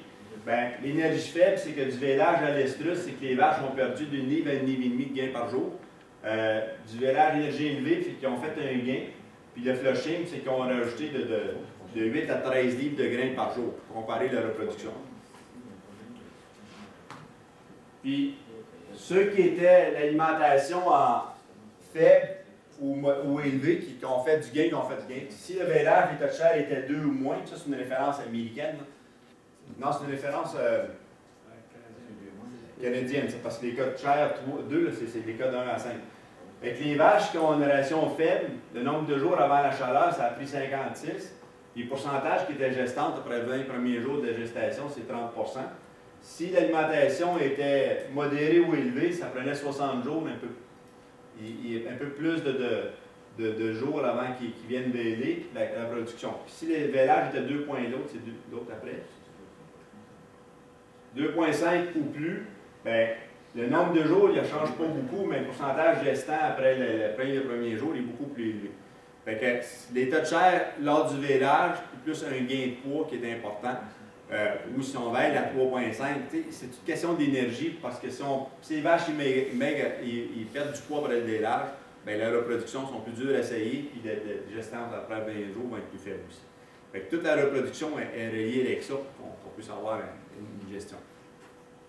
Est-ce que, Guy, est-ce que tu parles juste des vaches ou tu vas revenir sur les torts, mettons, en développement, torts d'élevage, ou toi ou Éric, vous ne revenez pas, non? Là, on savait aujourd'hui, c'est la première fois qu'on se rencontre, peut-être pour faire un autre. Parce qu'on savait les niveaux de connaissances n'étaient pas les mêmes. Je ne sais pas si on pourrait se rajouter, puis que s'il y a d'autres choses après, une autre formation à faire, s'adapter plus pour les torts, on pourrait le faire éventuellement. J'ai eu une commande pour le 30 janvier de préparer une conférence sur l'alimentation des torts d'élevage au symposium en Chaudière-Appalaches. OK. Donc, fait qu'elle pourrait être transférée après. Tu vas la présenter en février. En 30 janvier. Ça serait bien après qu'on la circule. En tout cas, c'est ça que notre aliment envoyé. L'alimentation des torts d'élevage. Oui, il y a le tort d'élevage, puis peut-être pas de sauvage, en tout cas. En tout cas, c'est Nathalie qui t'a placé une commande, là, écoute. Puis là, ben, la conférence est toute finie, toute faite. Ben non, ça fait que c'est. Elle n'est pas faite, c'est ça. Elle n'est pas faite, il est là dans sa tête. On va attendre 2 mois. Ouais, elle est dans la bourse, c'est ça. Bon, fait que, avec la même relation, on a parlé aussi de les mêmes méthodes chères, les compétitions mangeoires. J'en ai parlé tantôt, c'est vraiment important, parce que si on passait de mangeoire, une compétition, là, les animaux, les plus grasses vont être plus grasses. Le rang social, les vaches dans le troupeau, ça aussi, c'est important, puis des fois, on oublie un petit peu ça, mais un producteur que les vaches, on va ensemble tout l'été, on achète un troupeau, puis on les met avec les autres vaches au mois de novembre. La hiérarchie n'est pas faite dans le troupeau. Les nouvelles vaches, là, s'ils sont rentrés comme quand l'hiver a commencé, que le social y est fait, les nouvelles vaches, ils vont rester en arrière, puis souvent, le producteur a acheté des vaches, c'est pas bon parce que mes vaches, je trouvais des scrapés après. Souvent, c'est à cause de le rang social. C'est important de rentrer les animaux le troupeau. Le mieux, c'est à l'herbe, qu'ils prennent le temps de s'établir la hiérarchie ensemble quand l'hiver commence, parce que s'ils rentrent à l'automne, et ce qui est pire, c'est des vaches à l'extérieur en mangeoire, puis qu'on achète un troupeau de vaches attachées, puis on va les mettre en même temps que les autres, là, ils ne passeront pas l'hiver. Fait que la hiérarchie de rang social, c'est vraiment, vraiment important, puis il faut qu'on pense à ça dans la gestion. Là, parce que si les vaches n'ont pas leur place dans le troupeau, ils vont rester en arrière, puis ils vont maigrir, ils vont être moins forts, puis ils vont rester encore plus en arrière. Si tu veux mettre tes achats avant, puis après ça, tu vas introduire le vieux troupeau ou. Ah, ça prend du temps. L'adaptation des vaches dans le troupeau, ça prend un mois avant qu'il soit. Puis le hiérarchie est faite. Fait que, tu sais, si tu mets, mettons, l'hiver est commencé, mettons, là, l'hiver est-tu commencé? On n'est pas loin de commencer l'hiver. Donc, on commence à soigner les vaches. J'achète un troupeau que j'ai mis avec mes autres vaches, les autres qui ont tout passé l'hiver ensemble, mais ces vaches-là, le premier mois, ils ne mangeront pas. Ils vont manger moins que les autres, ça ne savent pas trop comment la game se joue. Là, ils vont maigrir, ils vont être plus faibles, puis ça va être super dur. Dans d'autres espèces, on va introduire des nouveaux sujets, mettons, dans les nouvelles installations, etc. Puis on va attendre, mettons, 4-5 jours avant de mettre les autres. Eux autres, autrement dit, ils vont s'être, en guillemets, appropriés, ils connaissent les lieux, etc. Peut-être la vieille gang arrive, mais là... Peut-être, mais on manque d'installations pour séparer nos torts et nos vaches. Fait que, tu sais, mais avec les toitures électriques, là, si on travaille avec ça, les challengers producteurs, on est capable de faire la gestion. Là, mais oui, Marie-Christine? Mais si, mettons, il amène son nouveau troupeau, puis il rajoute des mangeoires, puis ça mange, puis qu'il y ait vraiment place pour manger, ça va être moins pire pareil. Il va en avoir une vieille avec un mangeoire qui va tasser les autres. Les dominantes, là, les autres, ils connaissent le milieu puis ils vont s'enligner ces mangeoires. Fait que là, s'il y a 3-4 dominantes, ils vont avoir 3-4 mangeoires puis ils vont coucher dessus. Puis, le plus bel exemple, la grosse vache, il y en a qui couchent à côté de la mangeoire pour s'assurer qu'elle ait le contrôle. Si la buvette n'est pas loin, ils vont se coucher puis ils regardent. Puis ils sont les seuls à manger. Souvent, c'est le défaut de nos enclos, ils sont trop serrés. Puis aussi, ce que je pensais aussi comme un producteur qui faisait la semi-finition, puis quand il soignait de mouler dans une mangeoire, puis là, tu as toujours des plus vite que d'autres, il y en a qui prennent à la course qui arrive. Bien, lui, ce qu'il faisait, pour s'assurer que tout le monde ait une chance, il commençait à mettre sa moulée, la mangeoire la plus loin. Fait que les plus vite, il courait pour aller à la mangeoire, puis les moins vite, puis il était rendu à l'autre mangeoire, puis là, tout le monde est capable de manger. Fait que, c'est des questions, des fois, pratico-pratiques, mais la dominance des vaches, J'ai un producteur qui a rentré des nouvelles vaches là. Mais là, il y a quand même beaucoup de mangeoires, mais si à chaque mangeoire, il y en a une qui... En tout cas, demande à ton producteur de les surveiller, voir qu'est-ce qui se passe. Si jamais là, tu vois qu'ils maigrissent... Il les sépare. Oui, c'est ça. Il devrait faire une quarantaine aussi. Des fois, juste le changement de type d'alimentation, ça peut... changer de place, changer la façon que le producteur est avec les animaux. Si l'ensilage est plus humide ou moins humide, s'il tombe à sous... Parle français, parle anglais. Ça influence des fois. C'est vrai aussi que les dominantes, même, ils vont perdre du poids parce qu'ils sont trop occupés à aller tasser les autres. C'est rare. Elle domine pour manger, pour se maintenir. Il y a même des taureaux, là, des fois, là, qui vont contrôler le vache pour pas qu'il y ait. Des fois, c'est pas à l'abreuvoir ou pour qu'il y ait tel enclos qui contrôle son harem. Il y a des taureaux qui font ça aussi. Là. Ça, c'est un méchant défaut pour le taureau, là, parce que des fois, il empêche les vaches d'aller manger ou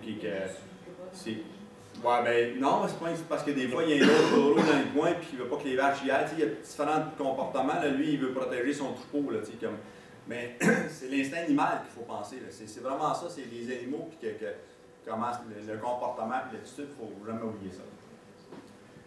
Tu as l'efficacité de maintenir son état de chair aussi. Tu as des vaches là, qui sont, on appelle ça en anglais les easy keepers, là, des vaches qui engraissent durant l'été et qui maigrissent durant l'hiver.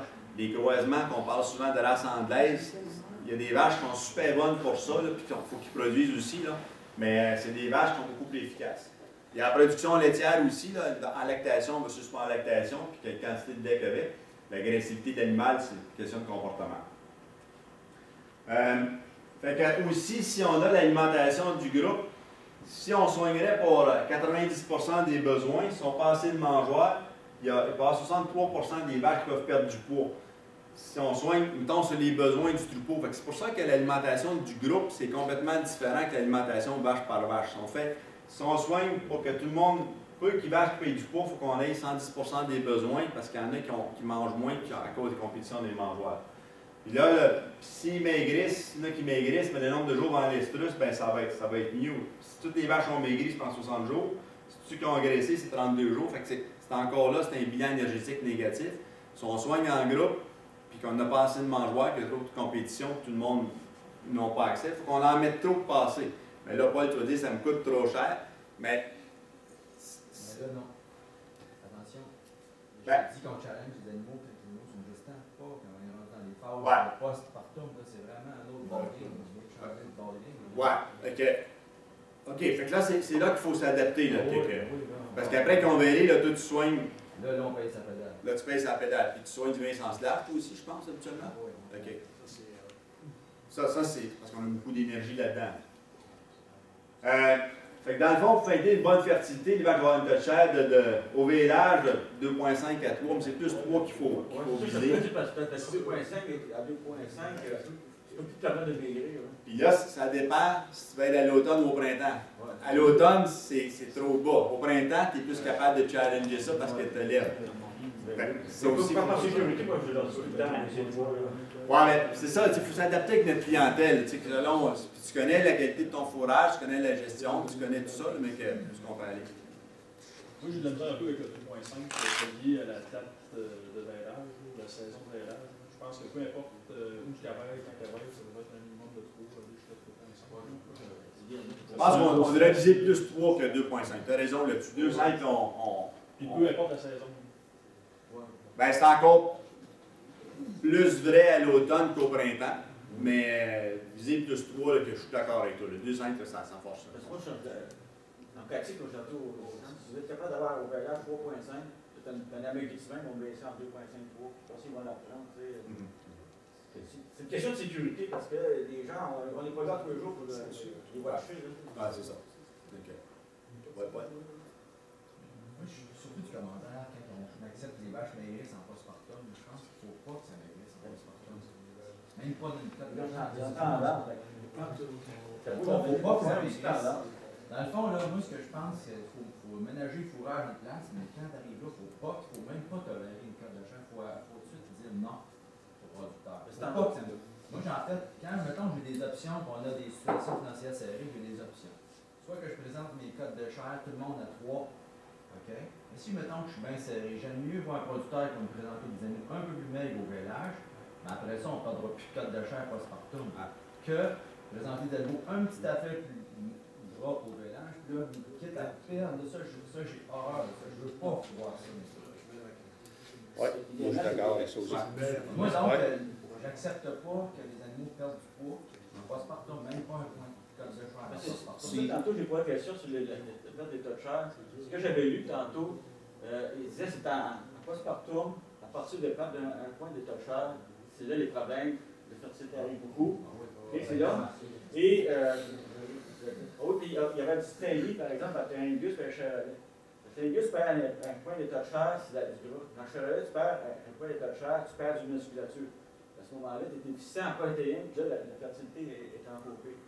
Je m'en souviens plus. C'est là, ça, cet article-là, c'est intéressant. On perd la musculature. Mais c'est du muscle, c'est pas les mêmes races, ils n'ont pas la même Si tu perds du gras, il y en a moins de gras.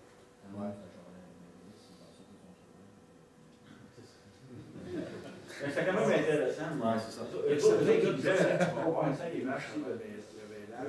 Vérifiement, idéalement, tu as un demi-point maximum. Quand tu as des bons fourrages, ça ne migre pas. Quand tu es à 35 ADF, ça ne migre pas bien. Ça ne faut pas que ça maigrisse. C'est ça. Mais le problème, c'est que quand il va pogner son 3,5? S'il pogne son 3,5 dans la dernière période de gestation, là, tu es dans le mal. Parce que là, tu as des problèmes ça va bien aller mal. Tu vas aller très gros. Moi, j'aime bien mieux comme pas les voir maigrir pendant cette période-là que les voir engraisser. C'est épouvantable tous les problèmes que tu vas avoir. Je suis bien mieux les voir engraisser comme ils sont vélus. Les faire un ménage, c'est bien important. Les gens qui veulent les mettre en corde de chair avant le vélage, on s'en va dans la marbre, ça n'a pas de bon sens. L'hiver, ils sont. Après, les 90 jours après le vélage, les premiers jours, ils sont sollicités par le lait qui va en produire, revenir en chaleur, prendre un peu du poids. Puis quand c'est une tare de premier jour, regagner sa croissance en gras. Nos gars, ils ont tendance, ils rentrent des états, mettons, puis ils sont maigres, ils soignent au bout. Quand ça arrive au vélage, là, tu as des problèmes de.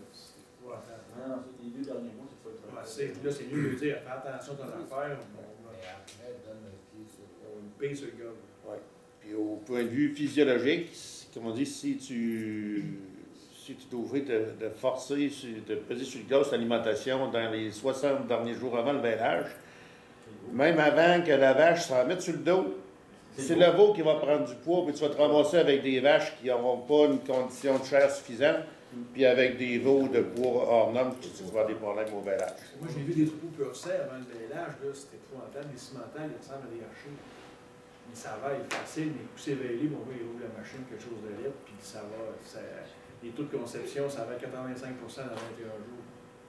Il y a deux périodes cruciales, c'était juste déjà un mois et demi avant le vêlage, puis après, là, notre argent se fait là. Ouais. Christine, Paul. Mais si, comme on a dit tantôt, mettons, la vache rentre à l'automne, on la fait engraisser du mois 4 au mois 7. Là. Après ça, même s'il y a un 3,5, mais qu'elle ne bouge plus dans les 2 derniers mois, ça, c'est correct quand même. Le veau, il n'engraisse pas non plus. Même, j'ai un client, 150 vaches, lui, puis la période avant le vêlage, la manière que ces étapes sont organisées, fin de compte, là, différentes. Ça s'est fait par étapes. En fin de compte, là, il y a, je dirais, 4 groupes dans son troupeau. Et puis la section que les vaches sont avant le vêlage, c'est une mangeoire centrale. Puis il fait encore des petites balles pour soigner ses vaches avant le vêlage. Puis la manière qui fonctionne, c'est que, en fin de compte, il alimente 2 fois par jour. Il y a un système de broches électriques chaque côté de la mangeoire. Et il met ses broches selon le nombre de vaches. À un moment donné, il compte combien de foins secs que ça prend. Il met ça là, puis quand ses mangeoires sont remplies, il lève ses broches électriques. Puis c'est de même que ça se fait 2 fois par jour. Puis depuis qu'il fait ça de cette manière-là, en fin de compte, ça va très, très bien au vêlage. On a passé 150 vaches. C'est un veau, en tout cas. Dans les 2 dernières années, il y a une année qu'il y a une perte de veau, puis l'autre année, il n'a pas du tout. Non. Ils mangent tout en même temps? Ils mangent tout en même temps. Puis quand ils n'en ont plus, lui, quand ils ont fini de manger, là, le fond de la mangeoire, il est vide. Il n'y a pas de perte de foin là. Là, il faut qu'ils mangent tout en même temps. Ils mangent tout en même temps. Il y a 2 pieds de mangeoire par tête? Oui, vous l'avez déjà visité, c'est ferme PMC Bégin à Saint-Évariste, là, dans le temps que vous avez une réunion en Beauce, là. Roger Carrier vous avez emmené là, toute la gang, là. Ferme PMC Bégin, Michel Bégin à Saint-Évariste-de-Beauce, c'est un agroéconomiste, là. Il a travaillé 10 ans au MAPAC dans la région de Plessisville, dans les premières années de sa carrière. Après ça, il s'est installé comme producteur. C'est un house comme producteur au Québec. Paul, avais-tu une question? Oui, moi, je suis un petit peu moins nerveux que Justin sur les poids des veaux, par exemple, avant le vêlage. Je pense que c'est vraiment le choix du taureau qui est plus important que l'alimentation. Sans mettre des vaches à 4, on s'entend. Ouais. C'est le choix du taureau. Les deux. C'est un défi aussi parce que, dans le fond, le taureau idéal, c'est qu'il donne des petits veaux à naissance qui profitent bien après. Là. Fait que c'est une combinaison des deux. Dépend de. C'est pas, Jérôme n'est pas d'accord. Non, ben moi, on va se parler. On est ça, c'est ça. Juste une petite parenthèse là-dessus. Nous autres, chez nous, on a un petit trou, mais les premières années, on a gardé les vaches attachées en dedans là, à partir d'octobre jusqu'au mois de mai. Avec des vêlages en janvier, février. Puis après ça, on a switché les vaches dehors, puis on les rentre juste avant le vêlage, on les sort sous la pile. Ça fait à peu près 2 semaines en dedans par année. Là. Puis avec les mêmes vaches, même code de chair, puis l'alimentation très semblable, là, le fait de les garder dehors, on a baissé de 5 à 10 livres chez les veaux à naissance. Avec le même type de taureau. Ouais. Juste une vache qui est plus active, les codes de chair sont les mêmes. Active, puis le fouet aussi. Ouais. Ça a un gros impact parce que la vache, évidemment, va avoir moins d'employés au veau. C'est sûr que le taureau a une grosse influence aussi de par la génétique. Là. Mais l'alimentation a un impact. Je sais que ça a été discuté plusieurs fois sur l'importance qu'on donne aux EPD du poids naissance. Parce que l'alimentation va jouer là-dessus aussi. Je voulais dire que c'est peut-être plus l'activité parce qu'il y a eu des recherches qui ont déménagé des troupeaux, mettons, du Dakota en Floride. Et ça va être plus léger quand c'est très chaud. Ça dépend de la période d'année. Mettons, ramène le même troupeau en Floride, il va y avoir des goûts plus légers.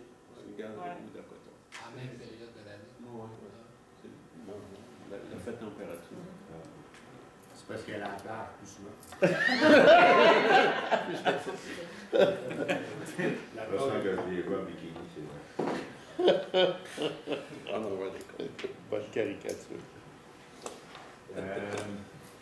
Ouais, c'est ça, l'état de chair, c'est 2 mois vélage, les veaux sont plus petits à la naissance, on a parlé, ils sont plus petits au sevrage, je veux dire, là, que les vaches, puis la fertilité aussi, qu'on a un impact. De façon générale, les croisements maternels sont plus adaptés, perdre puis gagner du poids. Là, ça, on voit ça souvent, les vaches sont plus adaptées, puis c'est comme un avantage avec ça. Les vaches peuvent accumuler l'énergie de cette alimentation est moins chère. Au pâturage ou à l'automne, si on fait des vélages de printemps, durant l'été, s'ils peuvent engraisser, là, on a un avantage à faire ça. En anglais, on appelle ça feeding offerback, qui ramasse de l'énergie sur eux autres, puis qu'on offerback. Offerback, c'est ce que c'est. Offerback. C'est pas la première fois que quelqu'un dit ça, puis je ne l'ai pas encore corrigé. Une unité de chair, passée de 3 à 4, ça prend à peu près 1900 mégacalories d'énergie pour faire ça. Ça équivaut à peu près 550 kg d'orge ou une tonne de foin. Si on veut engraisser de 3 à 4 ou 2 à 3, peu importe. Puis lorsque la vache a maigri, la récupération, ça donne à peu près 900 kg. Ça équivaut à peu près à 275 kg d'orge. Ça veut dire que la vache, durant l'hiver, ça part d'une tête de chair de 4 à 3, bien, c'est comme si on lui donnerait 1 kg d'orge durant l'hiver. Ça, c'est une façon là, de sauver de l'énergie, sauver l'alimentation. Ben, s'ils commencent l'hiver en bon état, ils sont capables de maigrir, puis c'est comme de l'énergie qu'on a d'accumuler qui coûte moins cher aussi. Ouais, comme je disais, une vache, ça peut gagner un gain de 200 livres. C'est assez facile, le 200 livres. Si on pèse des vaches, c'est pas rare, une vache qui a un changement de poids de 200 livres. Même un producteur qui est allé jusqu'à 400 livres pour une vache, c'est un extrême. Mais 200 livres, c'est tout à fait standard, là, que c'est normal que la vache fasse ça. Donc, l'objectif au sevrage, si le vélage est au printemps et qu'on sevre à l'automne, au pâturage, ben, c'est économique. On va faire une bonne gestion, puis la quantité d'herbe doit être adéquate. Puis au mois d'octobre, avant que les froids commencent, puis quand l'herbe est bonne, les vaches, s'ils sont sevrées, là, ils engraissent très très rapidement. Dans un mois, tu vois les vaches qui chantent, c'est une façon d'augmenter les taux de chair. Aussi, le sevrage hâtif, tantôt on parlait d'un sevrage hâtif à 150 jours. Il y a beaucoup de références américaines qui parlaient de ça, mais quand le maïs est à 100$ la tonne, c'était bien plus intéressant de sevrer à 100 jours, mais le maïs à 300$ la tonne, on en parle pas mal moins. Cette année, nous autres, on a sevré, il y avait les réserves d'herbe, si on laissait les vaches au pacage, il y en avait pour 12 jours. Si on laissait les veaux au pacage, on avait pour 2 mois et demi d'herbe. De l'herbe à 26 ADF, à 18 de... On a laissé les veaux au pacage. On s'est ramassé avec un gain chez les veaux de 2,5 livres pendant 2 mois et demi. Puis des vaches. Que t'as les vaches. Ouais, c'est ça. À un moment donné, c'est vrai au point de vue du prix du maïs, mais c'est vrai aussi avec le prix du fourrage. Mais c'est parce que tu l'as fait à base de fourrage, c'est-à-dire tu l'as fait un fourrage de qualité. C'est pour ça que sevrer à 100 jours, là, on n'a pas ça souvent ici, des extrêmes comme ça. Mais sauf que si on a une sécheresse, mettons, comme dans le Pontiac cet été, on avait une sécheresse, on dit au producteur, écoutez, sevrez-les les veaux. Les vaches, une génération de terri, c'est pas mal plus facile de les entretenir qu'une génération en lactation, mais ça peut être intéressant. Ça dépend des conditions qu'il faut faire. Puis, mais la vache, une fois qu'elle est sevrée, ses besoins alimentaires ils baissent beaucoup, puis soit qu'elle prend moins de fourrage ou elle engraisse. C'est comme ça qu'il va se passer. Bon, j'en ai parlé, l'isolation pour la chaleur, une réserve alimentaire, puis ça réduit les frais d'alimentation, les cotes de chair. Ça, c'est comme. Là, on devrait améliorer les taux de chair parce que ça coûte le moins cher. Habituellement, c'est l'été avec les fourrages. C'est comme si le pâturage n'est pas correct, les vaches maigrissent, on commence mal l'hiver, ça nous coûte pas mal plus cher. Puis ils utilisent durant l'hiver, j'en ai parlé tantôt. Si on a une cote qui est. Bon, la cote 2.5, là, c'est quand on se ramasse là, il y a des lumières qui allument. Il faut qu'on soit, comme on vit tantôt, on parlait de l'âge 3, là. Mais si la cote est plus précise, cette évaluation-là, il faut conserver nos données parce qu'il y a des vaches qui sont capables de voir ce qui se passe d'un an à l'autre, comme José parlait des performances. Les vaches doivent être évaluées à l'automne, idéalement, qu'on le fasse, puis au vélage, si on veut aller, puis avant les CI. Si on veut vraiment qu'on utilise la cote de chair le mieux possible. Les vaches qui sont 2 mois ou maigres, bien, ce qui peut se passer, c'est qu'on n'a pas suffisamment d'aliments, compétition mangeoire, pas assez de mangeoire pour les animaux. Ça peut être des parasites, ça peut être des maladies ou des blessures. Puis l'autre aspect, la protection comme le vent, des vaches qui sont accès au vent l'hiver, c'est qu'ils maigrissent beaucoup. Les problèmes qu'on va rencontrer, on va avoir plus de problèmes de vélage, les vaches sont moins en forme, plus de veaux mort-nés. Le délai vélage-estrus, il va augmenter pour une diminution du poids sevré. Ce qu'il faut faire, séparer les tares des vaches maigres, les mettre dans un enclos à part. Puis ça, si on fonctionne avec les producteurs, avec des clôtures électriques, c'est facile de séparer les animaux, puis faire des enclos, puis de le faire. C'est une gestion qu'il faut le faire. Des rations mieux adaptées pour les tares, juste les vaches, selon s'ils maigrissent, les parasites, les vaccins, les brise-vents et la litière, j'en ai parlé tantôt, là, mais les vaches qui couchent à la glace durant l'hiver ne sont pas confortables. Il faut vraiment qu'il y ait de la litière pour être. Bon, on a les pertes environnementales, il faut qu'on ait de la litière aussi, mais les animaux, il faut qu'ils soient confortables. Puis ça peut être sevré plutôt à l'automne aussi s'ils sont maigres pour les retaper. Excuse-moi, tu as parlé que les vaches plus maigres auraient de la misère à vêler. C'est-tu une question de faiblesse suite après le vêlage? C'est quoi? Tu as une question de faiblesse qui est moins en forme. C'est plus. Elle est moins en état. Parce que véler, dans le fond, c'est un sprint qu'ils font. Fait que la vache qui est 2,5 a moins d'énergie et elle est moins capable de le faire. C'est vraiment ça.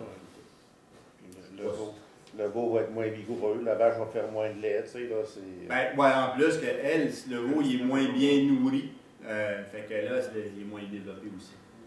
Si on a des cas de 3,5 ou grasses, qui sont trop grasses, ça peut être des vaches qui n'ont pas sevré de veau. Ça, si vous avez une vache, un troupeau là, qui n'a pas vêlé durant l'année et que vous envoyez à l'automne, c'est la plus grosse du troupeau, là, souvent, on la reconnaît parce qu'elle n'a pas travaillé. Des vaches qui ne produisent pas beaucoup de lait, qui travaillent juste pour eux autres, ça aussi, il y en a des vaches qui sont trop grasses. Alimentation trop abondante, là, tantôt on parlait de coût d'alimentation, mais si on soigne trop, puis souvent je dis sans joke, mais un ancien producteur laitier, un producteur de lait qui tombe au bœuf, ces vaches sont trop grasses, parce que c'est complètement différent de l'alimentation du bœuf puis au lait, puis on se ramasse avec ça. Oui. La raison pour les anciens gars de lait, tu dis c'est parce qu'ils soignent trop fort ou...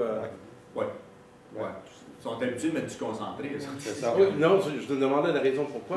Parce que normalement, qu'est-ce qu'ils voient comme gras, eux, c'est pas... Qu'est-ce qu'on cherche nous? C'est les pires nouveaux producteurs. C'est parce que les vaches laitières, ça mange bien plus, tu n'engraisses pas comme une vache à bœuf. S'ils gardent la même alimentation ou presque, mais des vaches à bœuf, ben là, on a des vaches trop grasses. C'est souvent. Le problème, j'en ai une, je vais porter plus attention. Le problème, justement, avec les producteurs de lait, c'est de les convaincre de faire du bœuf avec du fourrage, que ça prend pas de grains ou presque pas de grains pour faire du fourrage. Là. Et puis, il y a eu plusieurs références qui ont été apportées aujourd'hui à l'enquête SECPA, ou des fois à d'autres enquêtes. Là. Et puis, il y a ça justement à faire attention, c'est qu'il n'y a pas juste les fourrages, c'est d'aller voir. Bien souvent, dans l'enquête, on a aussi la quantité ou le montant de concentrés ou de moulés qui sont achetés, là, puis des fois, ces chiffres-là sont élevés aussi. Oui, mais dans cette enquête-là, il y a beaucoup d'écarts achetés, mais c'était vraiment la quantité de fourrage qu'il y avait. Il faut dire que l'enquête du coût de production, je pense que c'est minimum 50 vaches, je pense qu'il fallait entre 50 et 350 vaches. 75 à 300. Minimum 75 vaches? C'est du 2 tiers à 3 fois le modèle. Oui, OK. OK, c'est peut-être un peu plus. Oui, c'est ça. Fait que c'est pas les petits producteurs ne sont pas nécessairement là-dedans, mais l'enquête n'a pas été si loin que ça, qu'il n'y a pas les coûts d'alimentation. Si les vaches sont 3,5 ou plus, ben, la difficulté de vélage, on va en avoir plus, on en a parlé. Les veaux vont être moins vigoureux. Puis on a autant de problèmes trop gras que pas assez gras. C'est comme, c'est pas mieux trop gras non plus, là, parce que si on dit, c'est l'équilibre avec ça qu'il faut avoir. Oui, ils sont moins vigoureux, mais c'est-tu à cause que la vache a quelque chose qu'elle ne donne pas? Ou... Parce qu'en tant que tel, le veau, si la vache est trop grosse, il s'engraisse, il grossit, là, lui il est plus gros, mais dans le fond, il est juste plus lâche parce qu'il... Ça, je ne sais pas. Je sais que le gros veau, ils sont beaucoup plus problématiques qu'un petit veau. Ils sont beaucoup plus paresseux. C'est juste parce qu'ils n'ont pas l'opération de survie, peut-être. Parce qu'un petit veau là, de 70 livres à la naissance, là, ce qu'il fait, là, il se lève et il va téter. Mais c'est parce qu'il y a plus fret, puis il se fait Donc, il faut le mettre. L'autre, le gras. Il y en a plus à déplacer quand tu laisses à 120, par rapport à 80. C'est ça, ouais. Aussi, puis aussi, ça va varier d'une race à l'autre. Par exemple, si on prend le charolais, un veau charolais qui vient au monde gras, en fin de compte, là, il n'a pas faim. Le producteur, il travaille énormément pour l'habituer à boire. Là. Tout l'effort qu'il y a eu pendant le veillage. Oui. Il arrive au veillage mort, fatigué. C'est ça. La vache, ton veau, le veillage qui est plus long, le veau, il pâtit bien plus. Ouais, c'est l'oxygène, c'est tout demandé avec ça. Ça prend 2-3 jours avant d'être certain de réchapper le veau. Là. On s'entend, il ne faut pas que ça aille trop loin de naissance. C'est l'importance des minéraux aussi. On parlera jamais assez, sélénium. Oui, les minéraux, là, c'est comme essentiel. Là, c'est comme les minéraux, ben ça, dans le fond, il faut le mettre à volonté. On n'a pas vraiment le choix parce que la situation idéale, c'est de la RTM, mais on n'a personne qui a ça. Là, on n'a pas l'alimentation là-dessus, puis ça coûte trop cher. Fait que c'est du minéraux à volonté, puis du sel à volonté pour qu'on puisse les éliminer. Mais qui en mange assez aussi. En bloc ou en poudre? Les minéraux? Ça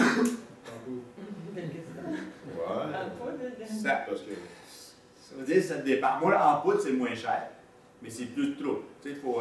En bloc, c'est plus facile. Ouais, tu disais ça à volonté et bloc à volonté. Oui. Bloc à volonté. Les deux?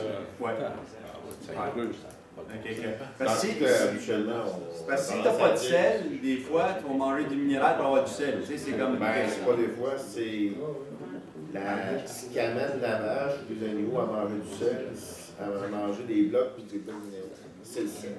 Ouais, mais on va manger du minéral aussi. Tu sais, c'est question, il faut qu'on mange un minimum de minéral. Il faut qu'on check les factures qu'ils mangent aussi. S'ils mangent pas assez de minéral, ben là, on peut couper le sel. Mais normalement, le sel, puis moi, j'aime beaucoup le minéral en poudre.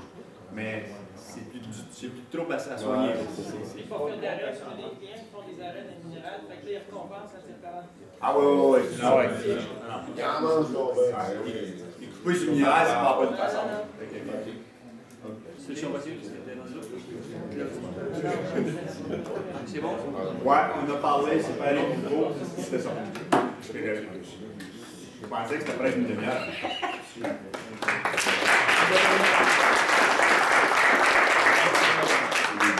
La prochaine commentaire, c'est pour lancer, parce qu'on est quand même pour le producteur laitier qui est des mauvais producteurs de bœuf. Moi, je trouve que c'est quasiment le contraire. C'est parce que tes producteurs laitiers, ils t'ont consulté avant de partir dans le bœuf. Nous autres, dans le Chaudière-Appalaches, on a une gang qui ont abandonné le lait.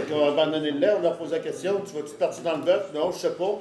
À un moment donné, sans consulter personne, ils ont acheté un troupeau d'un commerçant à un moment donné, puis ils ont fait de petites affaires, puis 2-3 ans après, ils viennent te voir, ça va pas bien, etc., etc. C'est pas payant le bœuf, c'est ci, c'est ça, tu sais. Leur avantage, c'est que sur le fait des bons courants. Là, tu as des vaches, là. Les autres, leur en donnent 35 modèles, que je disais tantôt. Et vous, même quand ils sont sevrés, ils sont pas minus par jour pareil, parce qu'il y a une sorte de. Puis il y a des intervalles de relais avec 350, 360 jours, tu sais. Puis ils ont des pressions, des journaux. C'est toujours des avantages et des inconvénients. Oui, alors, il y a l'avantage de ce côté-là, sauf qu'à un moment donné, le bout de la crèche, là, ils l'ont pas. C'est pas la même chose dans le laitier puis dans le bœuf. Les taureaux, on n'a pas parlé de cote de chair des taureaux. Moi, les producteurs que je rencontre souvent, c'est assez problématique. C'est sûr qu'un taureau problématique, souvent les vaches, c'est la aussi. Pardon? Non? Ceux que je vois sont souvent trop maigres. C'est ce que je pensais. Mais je trouve que c'est un point que je pense dans notre rôle, il faut travailler, parce que c'est des factures de conception. Mais c'est très négligé, puis ensuite, chez nous, on est vendeurs de taureaux, puis quand on s'informe un an après, on a des crises de savante un peu. L'auditeur est tout bien beau, tout bien en ordre, tout ça, mais quand on va le voir, c'est 2,5. Je pense que c'est pas Non, mais probablement aussi, les gars, ils achètent un jeune taureau puis ils le mettent avec trop de vaches la première année, là aussi. Là. Il y a ça, mais on veut aussi des taureaux. On veut aussi des taureaux adultes. Le taureau mange quand même en fait les vaches, mais lui, il y a 60 jours pour performer. Son année se passe en 60 jours. C'est très exigeant. C'est sûr que le jeune taureau, les pires, c'est le taureau qui sort d'une génération bien du grain, puis qu'on va le mettre avec trop de vaches. Ça, c'est un problème. C'est une question de gestion, là, mais l'autre côté aussi, un adulte, le taureau, s'il commence l'hiver en bon état, puis une bonne alimentation, il va être correct, mais s'il est maigre, il faut le soigner, c'est sûr. C'est rare qu'on ait un taureau. Moi, je pense que les taureaux, c'est pas si problématique que ça, adultes. Excuse, mais. Oui, puis le problème, souvent, c'est quand les taureaux restent avec les troupeaux, d'où là l'importance de la concentration de vêlage. Mais là, il faut le séparer, ouais. Mais si on le sépare, on est capable de les soigner comme il faut, le taureau. L'état de chair du taureau est aussi important que les vaches. S'ils maigrissent, on soigne à la essayer, puis continue à manger 35 ADR comme tu donnes à tes vaches, là, il va être de dur. Ouais, c'est ça. Mais moi, je vois rarement qu'ils sont trop gras. Le problème est toujours à l'extrême. Il y a un turnover des taureaux. C'est incroyable les taureaux. Les taureaux, ils restent 1 an, 2 ans max. Il y en a des taureaux qui sont trop gras. Ah, moi, j'en ai vu, je trouve. Expo bœuf.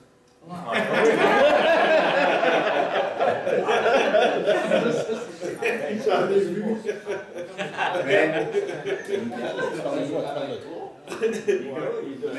Mais tu as raison, puis il y a aussi comme les taureaux qui ne font pas d'exercice durant l'hiver, c'est problématique aussi, là, parce que le taureau, là, idéalement, une bonne enclos, c'est que la mangeoire est très loin de l'abreuvoir, puis il va marcher pour aller boire, puis qu'il se tient en forme. Ça aussi, c'est important. C'est comme quelqu'un qui fait du ski de fond versus quelqu'un qui fait rien. Il faut qu'il soit en forme, le taureau, pour être prêt. Puis l'état de chair est en conséquence aussi. S'il maigrisse, il faut qu'on le soigne. Fourrage de meilleure qualité. Avec un bon fourrage, normalement, on est correct. C'est comme...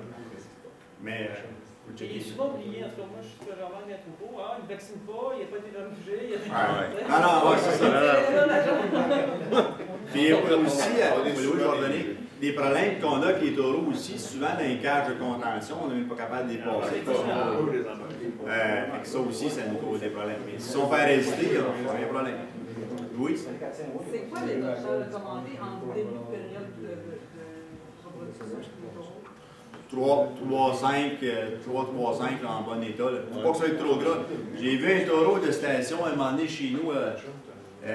La race n'était pas important, mais il était super gras. Quand il s'est levé, il est resté 10 minutes assis comme un chien avant qu'il se lève. C'était bien trop gras, c'était obèse. Fait que là, lui, il était obèse. Pour essayer les animaux, il n'était pas en forme pour essayer. Puis ça, c'était un taureau qui sortait de station. Supposément qu'il était bien bon, là, mais pour le pauvre gars qui l'a acheté, c'est pas correct. C'était pas bon pour 50 vaches. Non. Ça, il était jamais bon, 50 vaches. On prend-tu 2-3 minutes de pause? 5 minutes?